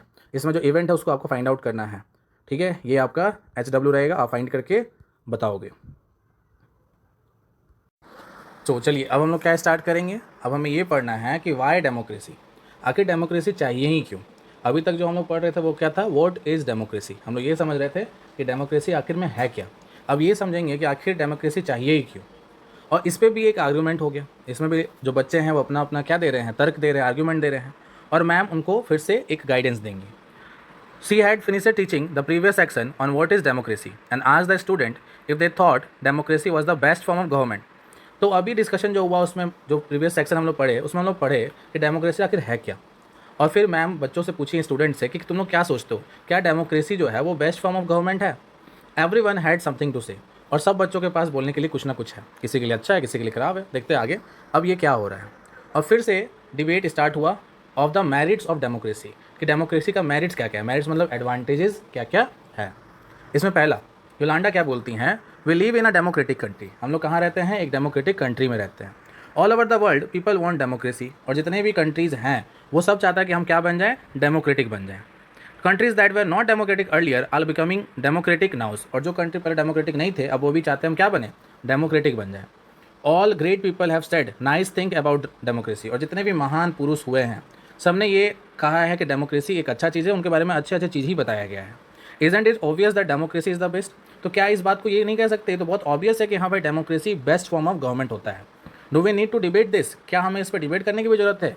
इनके नज़र में, Yolanda के नज़र में तो democracy एक best form of government है। उसके बाद दूसरे स्टूडेंट हैं, उनका क्या है, उनका है तंकिनी, वो क्या बोल रही हैं, वो मैडम से बोल रही हैं, but madam had said we should not accept something just because it is famous. तो वो बोल रही हैं कि मैडम आपने तो खुद कहा था कि अगर कोई चीज़ बस फेमस है इसके लिए तुम उसको एक्सेप्ट कर लो, ऐसा कोई ज़रूरी नहीं है कि बस फेमस है तो आप एक्सेप्ट कर लिए। अगर सब जितने भी ग्रेट पीपल हैं अगर डेमोक्रेसी को अच्छा बोल रहे हैं तो हाँ ठीक है एक्सेप्टेड, ऐसा नहीं होना चाहिए। यू शुड जज, है ना, आप पहले उस पर जज करो, उसके बाद वो सही है गलत है आपका भी तो एक पर्सपेक्टिव होना चाहिए। Isn't possible that everyone is following a wrong path, ऐसा भी तो हो सकता है कि सब लोग जो बोल रहे हैं डेमोक्रेसी अच्छा अच्छा, वो हो सकता था ये गलत बात हो। ये इनका थिंकिंग है, इस बच्ची का थिंकिंग है। आगे, Jenny, yes it actually a wrong path that has democracy brought to our country. और यहाँ पे ये बोल रही हैं हाँ, हालांकि ये गलत बात है जो कि डेमोक्रेसी को हमारे कंट्री में लेके आया है। 7 decades of democracy and there is no such poverty in the country. और यहाँ पे क्या बोल रही हैं कि यहाँ पे अगर देखा जाए तो 7 डेकेड्स, डेकेड्स का मतलब क्या होता है, 10 साल के टाइम पीरियड को हम लोग क्या कहते हैं, डेकेड्स कहते हैं। तो लगभग 7 डेकेड्स जो डेमोक्रेसी है, और यहाँ पे there is so much poverty in the country, और अभी तक पॉवर्टी तो हटा ही नहीं, गरीबी तो अभी तक भी है। अगर डेमोक्रेसी एक बेस्ट फॉर्म ऑफ गवर्नमेंट है और लगभग 70 साल हो गया है डेमोक्रेसी आए हुए, तो क्यों नहीं गरीबी हटाया जा रहा है हमारे कंट्री से, ये इनका कहना है। रिबिंगन ये क्या बोल रही हैं, but what has democracy got to do with it. तो वो बोल रही हैं कि डेमोक्रेसी का पॉवर्टी से क्या लेना देना है, डेमोक्रेसी अच्छा है तो है, उसका पॉवर्टी से क्या डायरेक्ट कनेक्शन है। Do we have poverty because we are democratic, और do we have poverty despite being a democracy. अब ये बोल रही हैं कि क्या हम लोग गरीबी जो है इसके लिए हम लोग क्या डेमोक्रेटिक हुए हैं, या गरीबी के अलग है डेमोक्रेसी, मतलब इनमें डायरेक्ट कनेक्शन क्या है, ये इनका कहना है। आगे फिर जैनी बोल रही हैं, whatever how does it make a difference, the point is that this can't be the best form of government, democracy is all about chaos instability corruption and hypocrisy. यहाँ पे क्या बोला जा रहा है कि वो बोल रहे हैं कि जो डेमोक्रेसी है वो बेस्ट फॉर्म ऑफ गवर्नमेंट नहीं है। क्यों? क्योंकि डेमोक्रेसी में बहुत ज़्यादा केओस होता है। केओस का मतलब होता है एक टाइप का फाइटिंग कि हमें बेस्ट है, हम बेस्ट हैं। उसके बाद इनस्टेबिलिटी रहता है। इनस्टेबिलिटी मतलब क्या होता है कि आज 5 साल के लिए कोई और गवर्नमेंट रूल कर रहा है, तो आने वाला 5 साल के लिए कोई और गवर्नमेंट रूल कर सकता है। ढेर सारा करप्शन दिखता है और हिपोक्रेसी है, तो ये तो प्रॉब्लम है ना। तो डेमोक्रेसी कहाँ से अच्छा हो गया? पॉलिटिशियन फाइट्स अमंग देमसेल्व्स, और जो पॉलिटिशियन है वो अपने आप में ही लड़ते रहते हैं, तो ये अलग, ये अच्छा कहाँ से हो गया? Who cares for the country, और किसको कंट्री की पड़ी हुई है डेमोक्रेसी में? सब तो अपना अपना जेब भरने के लिए यहाँ पे काम करते हैं। ये जैनी का कहना है। उस पर पाइमॉन बोल रहे हैं, so what should we do instead, तो क्या हमें क्या करना चाहिए? अगर वो सही नहीं है तो what should we do now? Go back to British rule, क्या हमें ब्रिटिश रूल पे चल जाना चाहिए था? Invite some kings to rule this country, क्या हमें कुछ राजाओं को इन्वाइट करना चाहिए कि आइए मेरे कंट्री पे रूल कीजिए, क्या ऐसा कुछ कर देना चाहिए? इसमें रोज़ बोल रही हैं, रोज़ क्या बोल रही हैं, I don't know. I think what this country need is a strong leader, someone who does not have to bother about election and parliament. वो बोल रहे मुझे इतना तो नहीं पता, लेकिन मुझे इतना पता है कि हमारे कंट्री को क्या चाहिए, एक स्ट्रॉन्ग लीडर चाहिए जो ये टेंशन ना ले, ये बॉदर ना करे कि मुझे इलेक्शन और पार्लियामेंट संभालना है। One leader should have all the power, और एक ही लीडर के पास सारा पावर होना चाहिए। He should be able to do whatever is needed to the country interest. वो इंसान जो होगा वो हर कुछ कर सकता है जो कंट्री के इंटरेस्ट में हो। That alone can remove corruption and poverty from this country. वो अकेला ही क्या करेगा? करप्शन और पॉवर्टी, गरीबी और जो करप्शन हो रहा है, भ्रष्टाचार हो रहा है, उसको वो कंट्री से अकेले ही खत्म कर दे। समवन साउटेड, उधर से कोई चिल्लाता है, दैट इज़ कॉल्ड डिक्टेटरशिप। अगर वैसा हो गया तो उसे हम लोग डेमोक्रेसी नहीं कह सकते, उसे क्या कहेंगे कि वो एक डिक्टेटर है। और इसमें होई बोल रही है, होई क्या कह रहे हैं, what if the person start using all this powers for himself and his family. अब ऐसा होगा कि एक ही इंसान को सब पावर दे दिया जाए, तो ये भी हो सकता है ना कि वो सारा पावर अपने लिए और अपने फैमिली के लिए ही यूज़ करे। What if he is corrupt himself, और ऐसा हो जाए कि भाई वो खुद ही करप्ट निकल जाए, तब तो कंट्री का ये हो जाएगा ना, फिर प्रॉब्लम हो जाएगा। Rose, I am speaking only of honest, sincere and strong leader. Rose इसमें कह रही है कि ये जो है हम ऐसे लीडर के बारे में बोल रहे हैं जो ऑनेस्ट भी हो, सिंसियर भी हो और स्ट्रॉन्ग भी हो, ठीक है। हो इसमें बोल रही है, but that is not fair, लेकिन वो बोल रही है ऐसा हो ही नहीं सकता, ऐसा फेयर ही नहीं है। You are comparing a real democracy with an ideal dictatorship. तो वो बोल रही हैं कि तुम डेमोक्रेसी को कहीं ना कहीं किससे कंपेयर कर रहे हो? डिक्टेटरशिप से, जो एक टाइप का आइडियल हो। We should compare an idea with an idea, the real with the real. और ये बोल रही हैं कि हम लोग को ऐसा कुछ कंपेयर करना चाहिए था जो आइडियल हो। आइडियल से आइडियल का मैच कराइए या रियल से रियल का मैच करवाइए, जो हो सकता है वास्तव में उससे मैच कराइए। Go and check the record of dictators in real life, जाइए और जो डिक्टेटर लोग किए हैं रियल लाइफ में उसमें चेक करके आइए कि उन्होंने क्या किया। जैसे अडोल्फ हिटलर का बात आता है, वो कैसे थे, उसके बारे में पढ़ के आइए, समझ के आइए। What are most corrupt, they are most corrupt, वो ज़्यादातर क्या होते हैं? करप्ट होते हैं। सेल्फिश, ब्रूटल, वो ज़्यादातर खतरनाक होते हैं, सेल्फिश होते हैं। It is just that we don't let to know about this, ये बस इसलिए होता है क्योंकि हमें ये सब बात पता ही नहीं है। And what is worse, you can't even get rid of them. और सबसे ख़राब बात तो ये है कि अगर वो हमें रूल करने लगे हमके ऊपर, तो हम लोग उनसे छुटकारा भी नहीं पा सकते, उनसे बाहर भी नहीं निकल पाएंगे, तो उससे भी ज़्यादा ख़राब है। Madam was listening to this discussion with interest, और जो मैडम है वो क्या कर रही हैं? इस सारे बातों को बहुत ध्यानपूर्वक सुन रही है।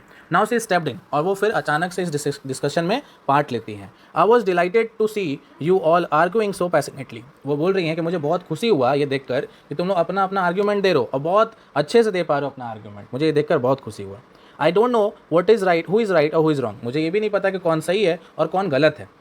That is for you to settle, लेकिन ये लोग तुम अपने में सेटल कर लो कि ये क्या है। That is for you to settle, but I did feel that you all wanted to speak your mind.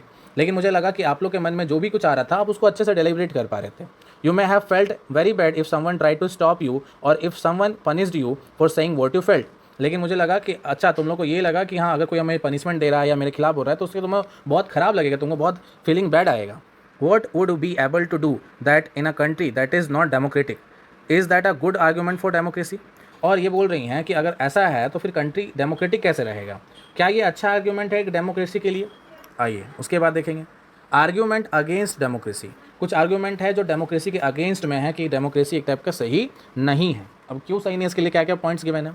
This conversation has most of the argument that we routinely hear against democracy. और ये कुछ जो भी argument है ये लगभग हम लोग हमेशा सुनते रहते हैं डेमोक्रेसी के अगेंस्ट में. Let us go over some of this argument. आइए कुछ आर्ग्यूमेंट को आज हम लोग समझेंगे. Leaders keep changing in a democracy. This leads to instability. क्या होते हैं जो लीडर्स होते हैं डेमोक्रेसी में वो चेंज होते रहते हैं. आज अगर बीजेपी है तो मे बी कल कांग्रेस आ जाए, मे बी आरजेडी आ जाए, कोई अदर पार्टी आ जाए. तो जो लीडर्स है वो डेमोक्रेसी में ज़्यादातर चेंज होते रहते हैं. क्या होते हैं? इनस्टेबल होते हैं, स्टेबल नहीं रहते हैं. आज कोई और है कल कोई और आ सकता है. Democracy is all about political competition and power play. Democracy क्या बताया जाता है कि उसमें बस पॉलिटिकल खेल है, पॉलिटिकल कंपटीशन है और पावर का प्ले है, मतलब पैसों का खेल एक टाइप का.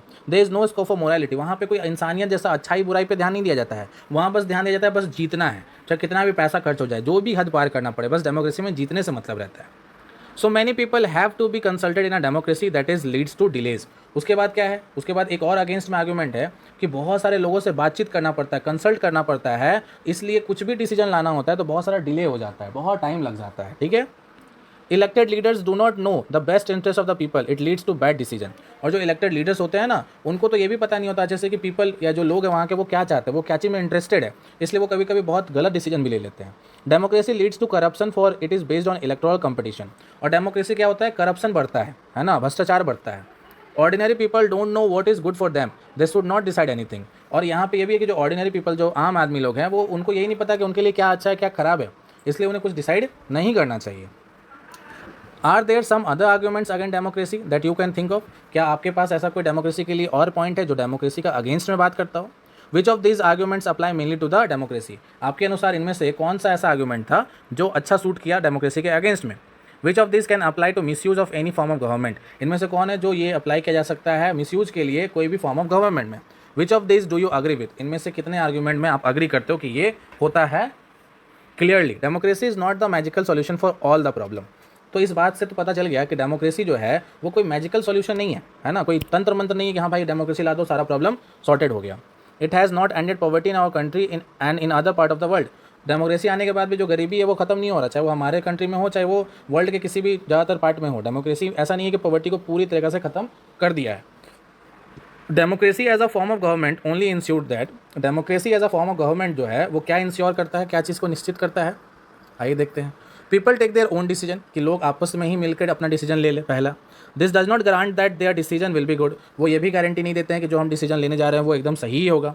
People can make mistake. People जो है वो गलतियाँ बना सकते हैं, गलती कर भी सकते हैं. Involving the people in this discussion does lead to delay in the discussion making. और लोगों को इसमें शामिल करने पे क्या होता है? डिलेज होता है. डिस्कशन को भी, डिस्कशन को करने में टाइम लगता है. It is all true that democracy lead to frequent change in the leadership. ये भी सही है कि डेमोक्रेसी में क्या होता है कि फ्रिक्वेंट चेंज होता है लीडरशिप में. लीडरशिप बदलते रहती है, आज किसी के हाथ में सत्ता है कल किसी और के हाथ में चला जाएगा. Sometime this can be set back with big decision and affect of government efficiencies. कभी कभी क्या होता है कि जो बड़े बड़े डिसीजन होते हैं उनमें सेटबैक भी हो जाता है. This argument shows that democracy of kind we see may not be ideal for the government form of government. और इन आर्ग्यूमेंट से तो यही पता चलता है कि डेमोक्रेसी को जो हम लोग सोच रहे हैं कि वो एक आइडियल फॉर्म ऑफ गवर्नमेंट है, तो ऐसा कोई ज़रूरी नहीं है कि वो एक आइडियल फॉर्म ऑफ गवर्नमेंट ही हो, एक अच्छा फॉर्म ऑफ गवर्नमेंट ही हो. But that is not a question we face in real life. लेकिन ये हमारे लिए एक सही क्वेश्चन नहीं है जो हमारे रियल लाइफ में हम लोग फेस करते हैं. The real question we face is different. हम लोग जो रियल क्वेश्चन अपने लिए फेस करते हैं रियल लाइफ में वो डिफरेंट है. Is democracy better than other form of democracy that are there for us to choose from. हमें ये पता करना है कि जो डेमोक्रेसी है वो बेटर फॉर्म ऑफ डेमोक्रेसी है, बेटर फॉर्म ऑफ गवर्नमेंट है जो भी हमारे पास other form of government available है, जैसे मोनार्क है, ऑटोक्रेसी है, उसमें क्या डेमोक्रेसी उन सबसे अच्छा है या नहीं. ये हमारे लिए एक रियल क्वेश्चन है, ये हमारे लिए एक इंपॉर्टेंट क्वेश्चन है. उसके बाद देखा जाए आर्ग्यूमेंट फॉर डेमोक्रेसी. अब हम देखेंगे कि ऐसा आर्ग्यूमेंट जो डेमोक्रेसी को सपोर्ट करता है कि हाँ भाई डेमोक्रेसी होना ही चाहिए. China famine of 1958 to 1961 was the world recorded famine in the world history. Worst recorded. बोला जा रहा है चाइना में फेमाइन आया था 1958 से लेकर 1961 तक लगभग रहा था उनमें ये जो था वो एक टाइप का सबसे खतरनाक, सबसे खराब रिकॉर्डेड फेमाइन था पूरे वर्ल्ड में। Nearly 3 crore people died in the famine. कितने? लगभग 3 करोड़ जो पीपल हैं वो इस फेमाइन में क्या हुआ, चले गए, मर गए एक टाइप के। During those days India's economic condition was not much better than China. उस समय इंडिया का जो इकोनॉमी था, इंडिया का जो कंडीशन था वो ज़्यादा बेटर नहीं था चाइना से, ठीक है, उससे थोड़ा पीछे ही था। Yet India did not have a famine of this kind China had. लेकिन फिर भी इंडिया के पास, इंडिया भले चाइना से पीछे था, फिर भी इंडिया के पास ऐसा कोई फेमाइन, इतना खतरनाक फेमाइन नहीं आया था। अब ऐसा क्यों? इकोनॉमिस्ट थिंक, अब इकोनॉमिस्ट इसके बारे में क्या सोचते हैं? That this was as a result of different government policies in 2 countries. और जो इकोनॉमिस्ट है वो ये सोचते हैं कि ऐसा इसलिए हुआ क्योंकि वहाँ पे गवर्नमेंट का पॉलिसीज़ में बहुत चेंजेस है। यहाँ की गवर्नमेंट पॉलिसीज़ कुछ और सोचती हैं, चाइना में गवर्नमेंट पॉलिसीज़ उस समय कुछ और सोच रही थी। The existence of democracy in India made the Indian government respond to food scarcity in a way that the China government did not. यहाँ पे बोला जा रहा है कि जो इंडियन गवर्नमेंट थी वो फूड स्कैरसिटी को उस अच्छे रिस्पॉन्स से देखती है जो चाइनीज़ गवर्नमेंट देख ही नहीं पाई। फूड स्कैरसिटी का मतलब होता है फूड की कमी को रिस्पॉन्ड करना सही समय में। अगर खाना कम हो रहा है तो आप उसके लिए प्रिजर्व करोगे ना, बचा कर रखोगे, लेकिन चाइनीज़ गवर्नमेंट ऐसा उस पर कोई ध्यान नहीं दे पाया। They point out that no large scale famine has ever taken in an independent and democratic country. उनको लगा, दे पॉइंट आउट दैट यहाँ पे इतना बड़ा फेमाइन अभी तक ना आया है कोई इंडिपेंडेंट कंट्री में, डेमोक्रेटिक में, और ना आ सकता है, ऐसा उनका सोच था। If China too had multi-party election, an opposition party and a press free to criticize government, then so many people may have died in the famine. Not have died in the famine. अगर China के पास multi party election होता, बहुत सारे parties होते, opposition parties होते, press के पास ये freedom होता कि वो क्रिटिसाइज़ कर पाए गवर्नमेंट को, तो इतने सारे लोग उस फेमाइन में नहीं मरते, क्योंकि उस पर डिस्कशन होता कि भाई फूड स्कैरसिटी है तो फूड को बचाने पे काम किया जाए, लोग उसको मिल के सोच पाते। लेकिन वहाँ पे एक ही पार्टी था, उसका जो मनमानी था वो करता था, इसलिए ऐसा नहीं हो पाया। This example brings out one of the reason why democracy is considered the best form of government. Democracy इसीलिए बोला जाता है कि जो डेमोक्रेसी है वो एक टाइप का बेस्ट फॉर्म ऑफ गवर्नमेंट है। Democracy is better than any form of government in responding to the need of the people. डेमोक्रेसी जो है वो बेटर है, अदर जितने भी टाइप के गवर्नमेंट हैं उनसे बेटर है। क्यों? क्योंकि ये नीड्स ऑफ द पीपल पे ध्यान देता है, लोगों के ज़रूरत पे ध्यान देता है। A non democratic government may and can respond to the people interest needs, but in all depends on the wishes of the people who rule. यहाँ पे बोला जा रहा है कि जो नॉन डेमोक्रेटिक कंट्रीज़ होते हैं, गवर्नमेंट होते हैं, वो हो सकते हैं कि पीपल के नीड पे ध्यान दे या ना भी दें, है ना, कर सकते हैं या नहीं भी, but it all depends on the wishes of the people who rule. लेकिन ये किस पे डिपेंड करेगा? उन लोगों पे जो राज कर रहे हैं। अनडेमोक्रेटिक मतलब जो डेमोक्रेटिक नहीं है वो ये सोचेंगे कि हाँ भाई हमें लोगों के बारे में सोचना है कि नहीं सोचना है। लेकिन जो डेमोक्रेटिक कंट्री है, जो डेमोक्रेसी है, वो तो हमेशा अपने लोगों के बारे में ही सोच के चलता है, उन्हीं के बारे में सोच के चलता है कि उनको कैसे एक टाइप का फैसिलिटेट किया जाए, कैसे उनको और ज़्यादा आगे बढ़ने का मौका मिले। If the rulers don't want to, they don't have to act according to the wishes of the people. अगर रूलर को अगर उन पर ध्यान नहीं देना होगा तो वो नहीं भी ध्यान दे सकते हैं। कब? जब वो नॉन डेमोक्रेटिक कंट्री होगा। बट डेमोक्रेसी में क्या होता है? रूलर जो हैं, जो रिप्रेजेंटेटिव हैं, वो नीड ऑफ द पीपल के अनुसार ही चलते हैं। A democratic government is better government because it is more accountable form of government। और डेमोक्रेटिक गवर्नमेंट को बेटर फॉर्म ऑफ गवर्नमेंट क्यों कहा गया? क्योंकि ये अकाउंटेबल है। कुछ भी गलत सही होगा तो उसके लिए इनको अपना जवाबदेही देना पड़ता है। अकाउंटेबल ऐसा नहीं कि भाई इनके मन में आया तो ये कर दिए, ऐसा नहीं है, इनको अकाउंटेबल बनना पड़ता है, लोगों को हिसाब देना पड़ेगा कि ऐसा क्यों किया गया। There is another reason why democracy should lead to better discussion than any non-democratic government। एक और रीज़न है जिससे ये कहा जा सकता है कि जो डेमोक्रेसी है वो एक better form of decision making है rather than non democratic government. Democracy is based on the consultation and discussion. Democracy जो है वो कहीं ना कंसल्टेशन और डिस्कशन पे ही बेस्ड होता है। A democratic decision always involve many people, discussion and meeting. एक जो डेमोक्रेटिक डिसीजन होता है वो बहुत सारे लोगों से होकर, बहुत सारे डिस्कशन से होकर, बहुत सारे मीटिंग से होकर गुजरता है। When a number of people put their heads together, they are able to point out possible mistake in the decision। अगर ढेर सारे लोग अपने हेड टुगेदर मतलब एक साथ इकट्ठा होकर कोई भी प्रॉब्लम के बारे में सोचेंगे तो वो मिस्टेक जहाँ तक बहुत कम होगा, मिस्टेक होने का चांसेस ज़्यादा बहुत एकदम रिड्यूस हो जाएगा। This take times but there is big advantage in taking time over important decision. Time तो लगेगा, डिलेज हो सकता है, बट लेकिन जो डिसीजन होगा वो एक टाइप का अच्छा डिसीजन होगा, इंपॉर्टेंट डिस्कशन में उनका पार्ट मिलेगा।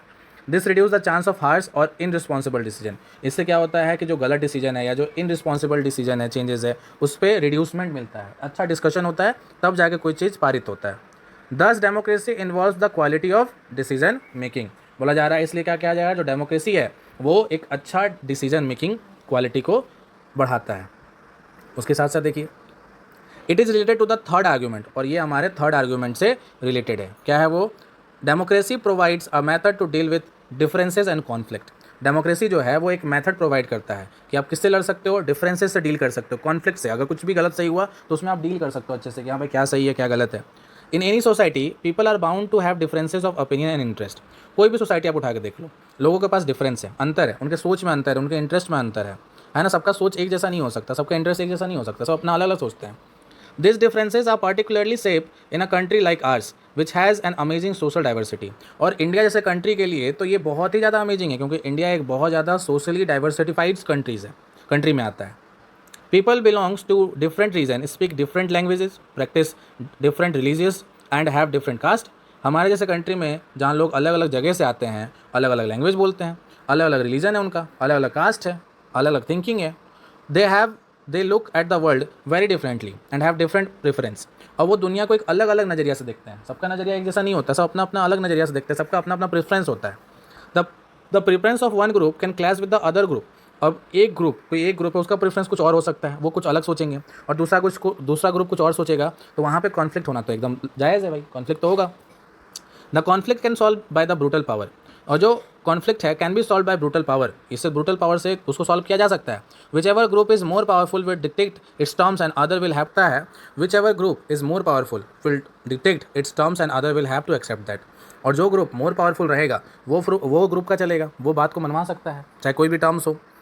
But that would leads to resentments and unhappiness. लेकिन अगर ऐसा हुआ जो ग्रुप ज़्यादा पावरफुल है, अगर वही बात बार बार मनवाने लगा, तो ये तो एक अनहैप्पीनेस का कारण बन जाएगा, लोगों में एक टाइप का सहूलियत ही नहीं रहेगा, लोग एक दूसरे पर ट्रस्ट ही नहीं करेंगे। डिफरेंट ग्रुप्स में not be able to live together for long in such a way. और जो डिफरेंट ग्रुप्स है वो एक साथ लंबे समय के लिए रह ही नहीं पाएंगे। क्यों? क्योंकि उनको लगेगा कि जो हाई मेजोरिटी वाले ग्रुप है वो लो वाले पे क्या करेंगे, पावर दिखाएंगे अपना। Democracy provides the only peaceful solution for this problem. तो इस प्रॉब्लम का एकमात्र सोल्यूशन है जो कि है democracy. In democracy no one is permanent winner. Democracy में कोई एक परमानेंट विनर नहीं होता हमेशा के लिए।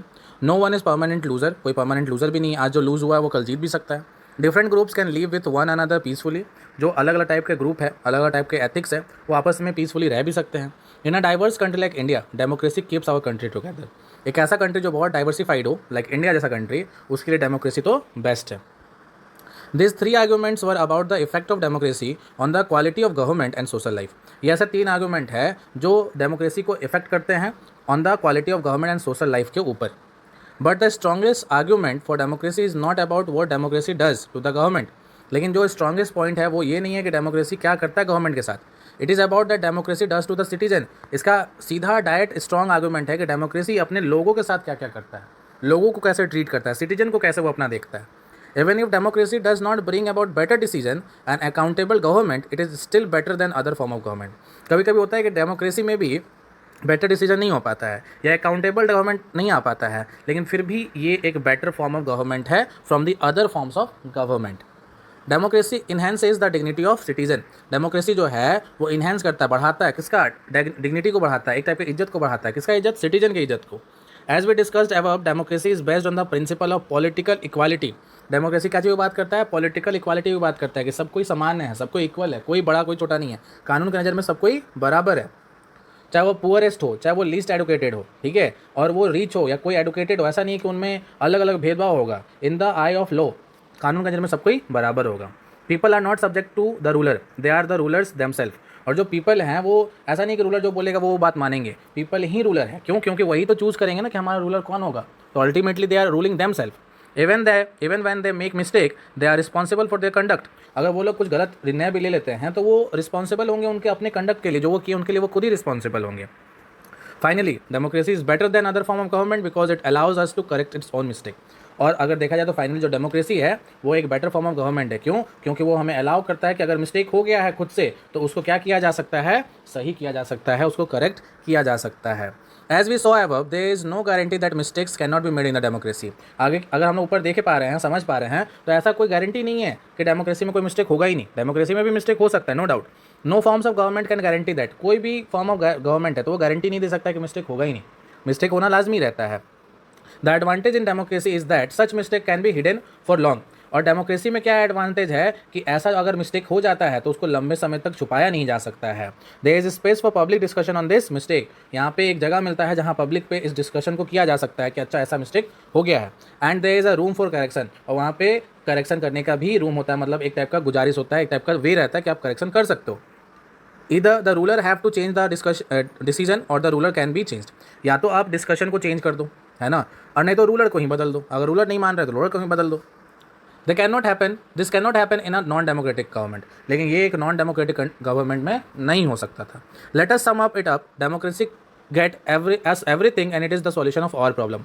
अगर सब चीज़ को मिला के देखा जाए तो डेमोक्रेसी वो हर कुछ देता है, दे नहीं सकता है, या can not get us everything, democracy हमें सब कुछ तो नहीं दे सकता है। And is not the solution of our problem, वो हर प्रॉब्लम का सॉल्यूशन तो नहीं है, but it is clearly better than other form of alternative that we know, लेकिन वो बेटर है अदर फॉर्म ऑफ गवर्नमेंट से, जितने भी अल्टरनेटिव हमारे पास है उनसे तो वो बेटर है।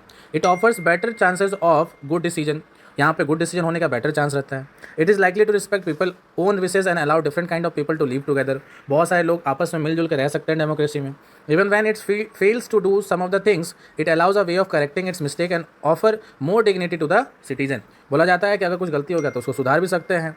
That is why democracy is considered the best form of government, इसलिए डेमोक्रेसी को क्या बोला जाता है, बेस्ट फॉर्म ऑफ गवर्नमेंट बोला जाता है। अगर इस कार्टून को अगर आप ध्यान से देख पाओ, ये जो 6 कार्टून हमारे पास बने हुए 6 पिक्चर्स है, इससे पहले आपको इधर हम पढ़ा देते, फिर आपको ये समझ आएगा अच्छे से। This cartoon was publish in Canada before it's parliamentary election 2004 में जो पार्लियामेंट्री इलेक्शन होने वाला था उसके पहले इस चीज़ को पब्लिश किया गया था, इस कार्टून को पब्लिश किया गया था। कहाँ पे, कनाडा में। एवरीवन इंक्लूडिंग द कार्टूनिस्ट, हर कोई जो कार्टूनिस्ट है वो क्या कर रहा था, एक्सेप्टेड द लिबरल पार्टी, वो लोग सब मना रहे थे कि जो लिबरल पार्टी है वो क्या करेगा, एक बार और से जीत जाएगा, अपना गवर्नमेंट बना लेगा। When the result came and the liberal party lost the election, लेकिन जब रिजल्ट आया तो लिबरल पार्टी क्या हुआ था, इलेक्शन हार गया था। Is this cartoon an argument against democracy और फॉर डेमोक्रेसी, आप ये बताओ कि ये जो कार्टून बनाया गया है ये एक आर्ग्यूमेंट देता है अगेंस्ट डेमोक्रेसी के लिए या फॉर डेमोक्रेसी के लिए। आइए देखिए क्या बोला गया है। ये फर्स्ट जो इसमें है बताया जा रहा है, we voters are angry and we are not going to take it any more, जो वोटर्स है वो क्या है, गुस्से में है और ये और बर्दाश्त नहीं कर सकते हैं। दूसरे में क्या है, the liberals have been arrogant, जो लिबरल्स थे, जो लिबरल पार्टी के मेंबर्स थे वो बहुत एरोगेंट थे, बहुत घमंडी थे। They have broken our trust in government, उन्होंने हमारे गवर्नमेंट पे ट्रस्ट, हमारा जो ट्रस्ट है गवर्नमेंट पे वो तोड़ दिया है, मतलब दे स्टॉल आवर मनी, उन्होंने हमारे पैसे को चोरी कर लिया है। सो ऑन जून 28 जो है उस पर इलेक्शन डे है, जिसमें वो लोग क्या करने वाले हैं, what the Canadians do best, वो करेंगे जो कैनेडियंस बहुत अच्छे से करते हैं, एक टाइप का क्या करेंगे, रिवेंज लेंगे, tit for tat, if you are not doing good to me I will not do good to you, वही होता है ना। और we are going to vote them back in, और फिर से हमें उनसे वोट में जैसा हो पाएगा, अगर वो सही नहीं करेंगे तो हम भी सही नहीं करेंगे, अगर वो अच्छे से रहेंगे तो हम भी अच्छे से रहेंगे। तो ये कार्टून हमें बहुत कुछ समझाता है, समझें। We have understood democracy as a form of government, इसमें हम लोग डेमोक्रेसी को कैसे समझे हैं, just as a form of government के तौर पे समझे हैं। This way of defining democracy helps us to identify a clear set of minimal features that a democracy must have, और ये जो हम लोग डेमोक्रेसी को डिफाइन किए हैं इसमें बहुत मिनिमम फीचर्स को ऐड किया गया है कि इतना फीचर्स तो कम से कम एक डेमोक्रेसी में होना ही चाहिए। The most common forms that democracy takes in our time is that of representative democracy, जो सबसे कॉमन फॉर्म है किसमें, डेमोक्रेसी में, वो क्या है अभी के टाइम में, हमारे समय में क्या है, representative democracy. You have already read about this in previous chapter, इसके लिए हम लोग को प्रीवियस क्लासेस में बताया गया है, not in chapter. In the countries we called democracy all the people do not rule, बोला जा रहा है ऐसा कंट्री जहाँ पर डेमोक्रेसी है, ऐसा नहीं कि वहाँ पे सारे लोग क्या कर रहे हैं, रूल कर रहे हैं, सब लोग मिलकर रूल कर रहे हैं, सारे लोग ही रूल कर रहे हैं, ऐसा नहीं है। A majority is allowed to take decision on behalf of all the people, बोला जा रहा है कि कुछ मेजोरिटीज़ होते हैं, है ना, कुछ ऐसे लोग होते हैं जो पूरे पीपल के बिहाफ पे कोई डिसीजन को लेते हैं। Even the majority does not rule directly, बोला जा रहा है कि ऐसा नहीं है कि मेजोरिटी जो है, कि जो ज़्यादातर लोग हैं वो सीधा रूल करने लगता है। The majority of the people rule through their elected representative, जो मेजोरिटी है वो कैसे रूल करते हैं, जो मेंबर इलेक्ट होकर आए हैं उनको कहा जाता है रिप्रेजेंटेटिव, उनके द्वारा वो रूल करते हैं। दिस बिकम नेसेसरी बिकॉज, ये नेसेसरी बनता है, ये ज़रूरत है, क्यों, पहला point, modern democracies involve such a large number of people that it is physically impossible for them to sit together and take a collective decision. अब क्या है, डेमोक्रेसीज में, जो मॉडर्न डेमोक्रेसीज है उसमें इतने लार्ज नंबर ऑफ पीपल है कि सब एक जगह फिजिकली बैठ के कोई चीज़ पे तो बात ही नहीं कर सकते, इतना सारा ग्रुप ऑफ पीपल आ जाएंगे, कहाँ बैठेंगे, इसलिए उनको सॉर्ट करने के लिए रिप्रेजेंटेटिव चूज़ किया जाता है। Even if they could the citizen does not have the time, अगर ऐसा हो भी सकता था, मान लेते हैं फॉर सम इंस्टेंट कि ऐसा हो सकता था, तब सिटीजन के पास समय भी नहीं है, द डिज़ायर और the skill to take part in all the decision. ना उनके पास डिज़ायर है, ना उतना कोई, बहुत सारे पीपल ऐसे भी हैं जिनके पास स्किल नहीं है कि वो डिसीजन में अपना कुछ भी योगदान दे पाए, ऐसा भी हो सकता है। This gives us a clear but minimum understanding of democracy. This clarity helps us to distinguish democracies from non democracies. इतनी क्लैरिटीज हमें क्या साबित करता है, जिससे हम ये समझ पाए कि आखिर डिफरेंस क्या है एक डेमोक्रेटिक में और एक नॉन डेमोक्रेटिक कंट्रीज में, क्या डिफरेंस है। But it does not allow us to distinguish between a democracy and a good democracy. लेकिन ये हमें अभी तक ये अलाउ नहीं किया है कि हम कैसे पहचानें कि एक डेमोक्रेसी और एक गुड डेमोक्रेसी, मतलब एक बढ़िया डेमोक्रेसी में क्या अंतर है। अभी तक बस हम लोग यही समझ पाए कि क्लैरिटी मिल पाया है कि डेमोक्रेसीज और नॉन डेमोक्रेसीज में क्या अंतर है, बट अभी तक हम लोग ये नहीं समझे हैं कि एक डेमोक्रेसी और एक बढ़िया डेमोक्रेसी में क्या अंतर हो सकता है। आइए, और यहाँ पे आप देखो ये जो पिक्चर है, इसमें क्या किया जा रहा है, 50 ईयर्स ऑफ ग्लोरीज, मतलब एक टाइप का जो 50 साल है जो स्वतंत्र होने के बाद, उसमें क्या क्या ग्लोरीफाइड चीज़ हुआ उसके बारे में बताया गया है, और इस कार्टून के बारे में यहाँ पे डिस्क्रिप्शन है। This famous cartoon by R K Laxman. ये जो फेमस कार्टून है किसके द्वारा बनाया गया है, आर के लक्ष्मण के द्वारा। इसमें 50 साल इंडिपेंडेंस का क्या किया जा रहा है, सेलिब्रेट किया जा रहा है, उसके लिए इसमें दिखाया गया है इस पेंटिंग में। और आप लोगों का काम है कि यहाँ पे जो पिक्चर्स लगा हुआ है इसको पहचानो कि इसमें कौन कौन पर्सन है, ठीक है, इस कार्टून को थोड़ा पहचानिए। उसके बाद हम लोग देखेंगे, allow us to see the operation of democracies beyond government. For this we need to turn to a broader meaning of democracy. और आगे उनके ऑपरेशंस देखने के लिए एक गवर्नमेंट बियॉन्ड डेमोक्रेसी जो है वो बोला जा रहा है कि उसको हमको ब्रॉडर मीनिंग समझना पड़ेगा। Sometime we use democracy for organisation other than government. कभी कभी हम लोग डेमोक्रेसी ऑर्गेनाइजेशन के लिए भी यूज़ करते हैं गवर्नमेंट के अलावा। जस्ट रीड द स्टेटमेंट, आगे कुछ स्टेटमेंट है उसको पढ़ते हैं। We are a very democratic family. Whenever a discussion has to be taken, we all sit down and arrive at a consensus. My opinion matters as much as my father. बोला जा रहा है कि इसमें बोला जा रहा है कि हम लोग एक बहुत डेमोक्रेटिक पीपल हैं, फैमिली में रहते हैं, और जब भी कोई डिसीजन लेना होता है ना तो हम लोग सारे एक जगह बैठते हैं और एक कंक्लूजन पे आते हैं, और मेरा जो ओपिनियन है वो उतना ही मैटर करता है जितना मेरे फादर का करता है ना। ये कुछ वर्डेंस है आगे। I don't like teacher who do not allow student to speak and ask questions in the class। अब ये दूसरा स्टेटमेंट क्या है, इसमें बोला जा रहा है कि मुझे उन टीचर्स के बहुत अच्छा नहीं लगता वो teacher, I don't like that teacher, जो बच्चों को अलाउ ही नहीं करते हैं बोलने देने के लिए, ना वो क्वेश्चन पूछ सकते हैं क्लास में। I would like to have teachers with democratic temperament. और ये बोल रहे हैं कि हम ऐसा टीचर चाहेंगे जो डेमोक्रेटिक टेम्परामेंट को, मतलब वो टू वे कम्युनिकेशन कर पाए, बच्चों को भी अलाउ करे कि हाँ भाई आपको भी जो पूछना है पूछिए। थर्ड स्टेटमेंट क्या है, one leader and his family members decide everything in this party, how can they talk of democracy. Third statement बोला जा रहा है कि एक लीडर और उसके फैमिली मेंबर सबको मिल के क्या करते हैं, कुछ भी डिसाइड करना वो लोग खुद ही कर लेते हैं, तो फिर इसको कैसे बोला जा सकता है कि ये डेमोक्रेसी है। This way of using the word democracy go back to the basic sense of the method of taking decision. The democratic decision involves consultation with and consentment of all those who are affected by the decision. बोला जा रहा है कि democratic जब भी decision होता है उसमें सबका इन्वॉल्वमेंट और सबका कंसल्टेशन होना जरूरी है, उनका कंसल्ट होना जरूरी है, जिसका जब डिसीजन के बाद जिस पे प्रभाव पड़ने वाला है उनका डिसीजन, उनका एक राय होना तो जरूरी है, ठीक है। उसके बाद क्या है, those who are not powerful have the same say in taking the decision as those who are powerful. बोला जा रहा है कि जो पावरफुल है, ठीक है, वो जनरली अगर पावरफुल नहीं है तो वो क्या बोलेंगे, वो यही बोलेंगे कि हाँ भाई डिसीजन हम ले लेते हैं, इनका ये कहना है। This can apply to the government और a family or any other organisation. और ये कहाँ अप्लाई हो सकता है, ये कहाँ लागू हो सकता है, कहीं पर भी, चाहे वो गवर्नमेंट हो, कोई फैमिली हो, कोई ऑर्गेनाइजेशन हो। Thus, democracy is also a principle that can be applied to any sphere of life। बोला जा रहा है इसलिए अगर देखा जाए तो डेमोक्रेसी क्या है, एक ऐसा सिद्धांत है, एक ऐसा प्रिंसिपल है जो दुनिया में कहीं पर भी कोई भी स्फीयर में अप्लाई किया जा सकता है। Sometime we use the word democracy not to describe any existing government but to set up an ideal standard then all democracies must aim to become। कभी कभी हम लोग डेमोक्रेसी वर्ड क्यों यूज कर लेते हैं, ऐसा नहीं कि हमें कुछ गवर्नमेंट के बारे में बताना है, कि एक आइडियल स्टैंडर्ड भी सेट करना है तो हम लोग उसमें डेमोक्रेसी वर्ड को यूज़ कर सकते हैं। चलिए उसके बाद क्या है, अब आइडियल एम क्या है, मस्ट एम टू बिकम, क्या क्या एम है। पहला, true democracy will come to this country only when no one goes hungry to bed.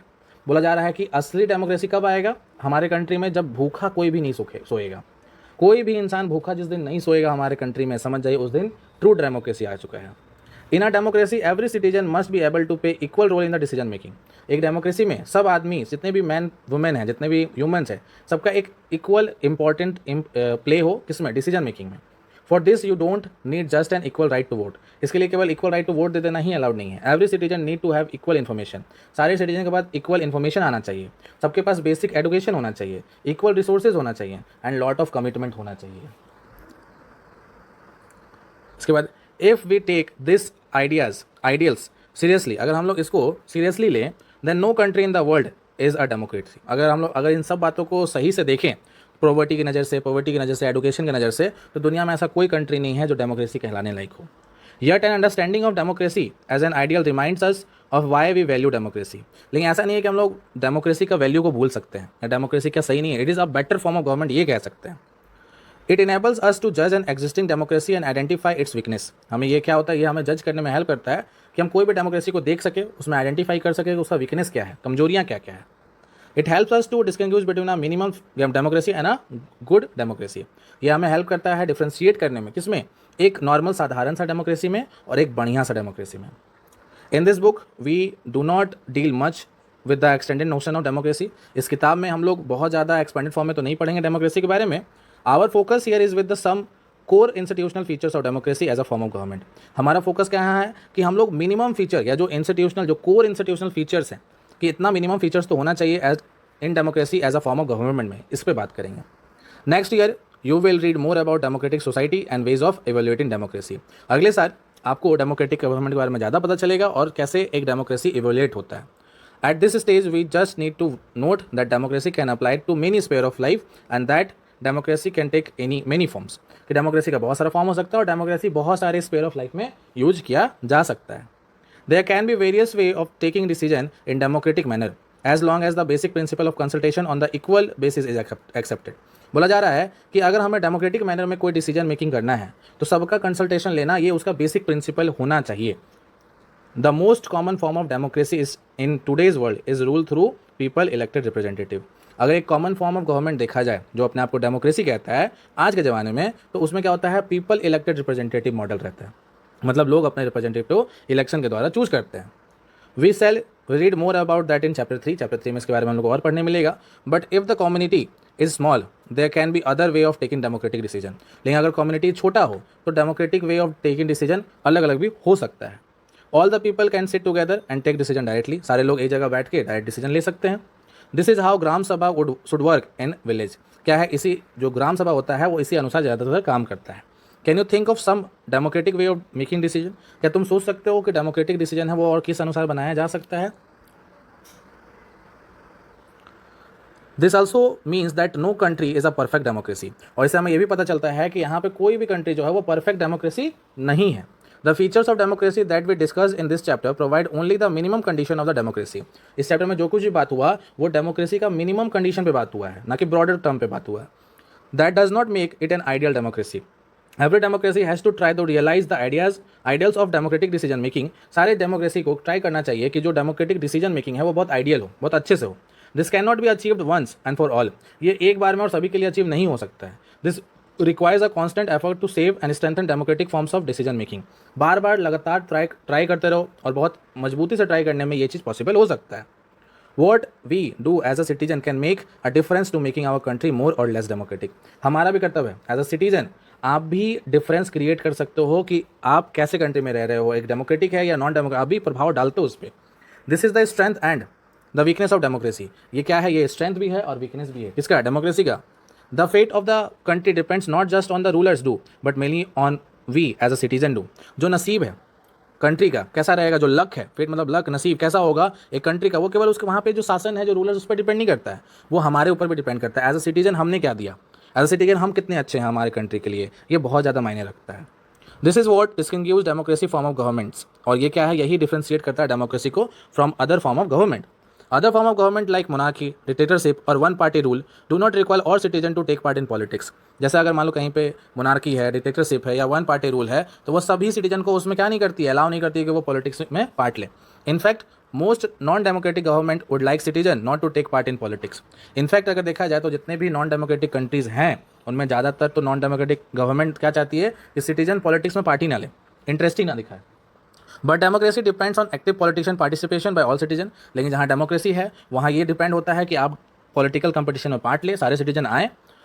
That is why a study of democracy must focus on democratic politics. इसलिए जब भी आपको democracy पढ़ाया जाए तो उस पर यह फोकस किया जाए कि डेमोक्रेटिक पॉलिटिक्स के बारे में आप जान पाओ। So that's all in this chapter.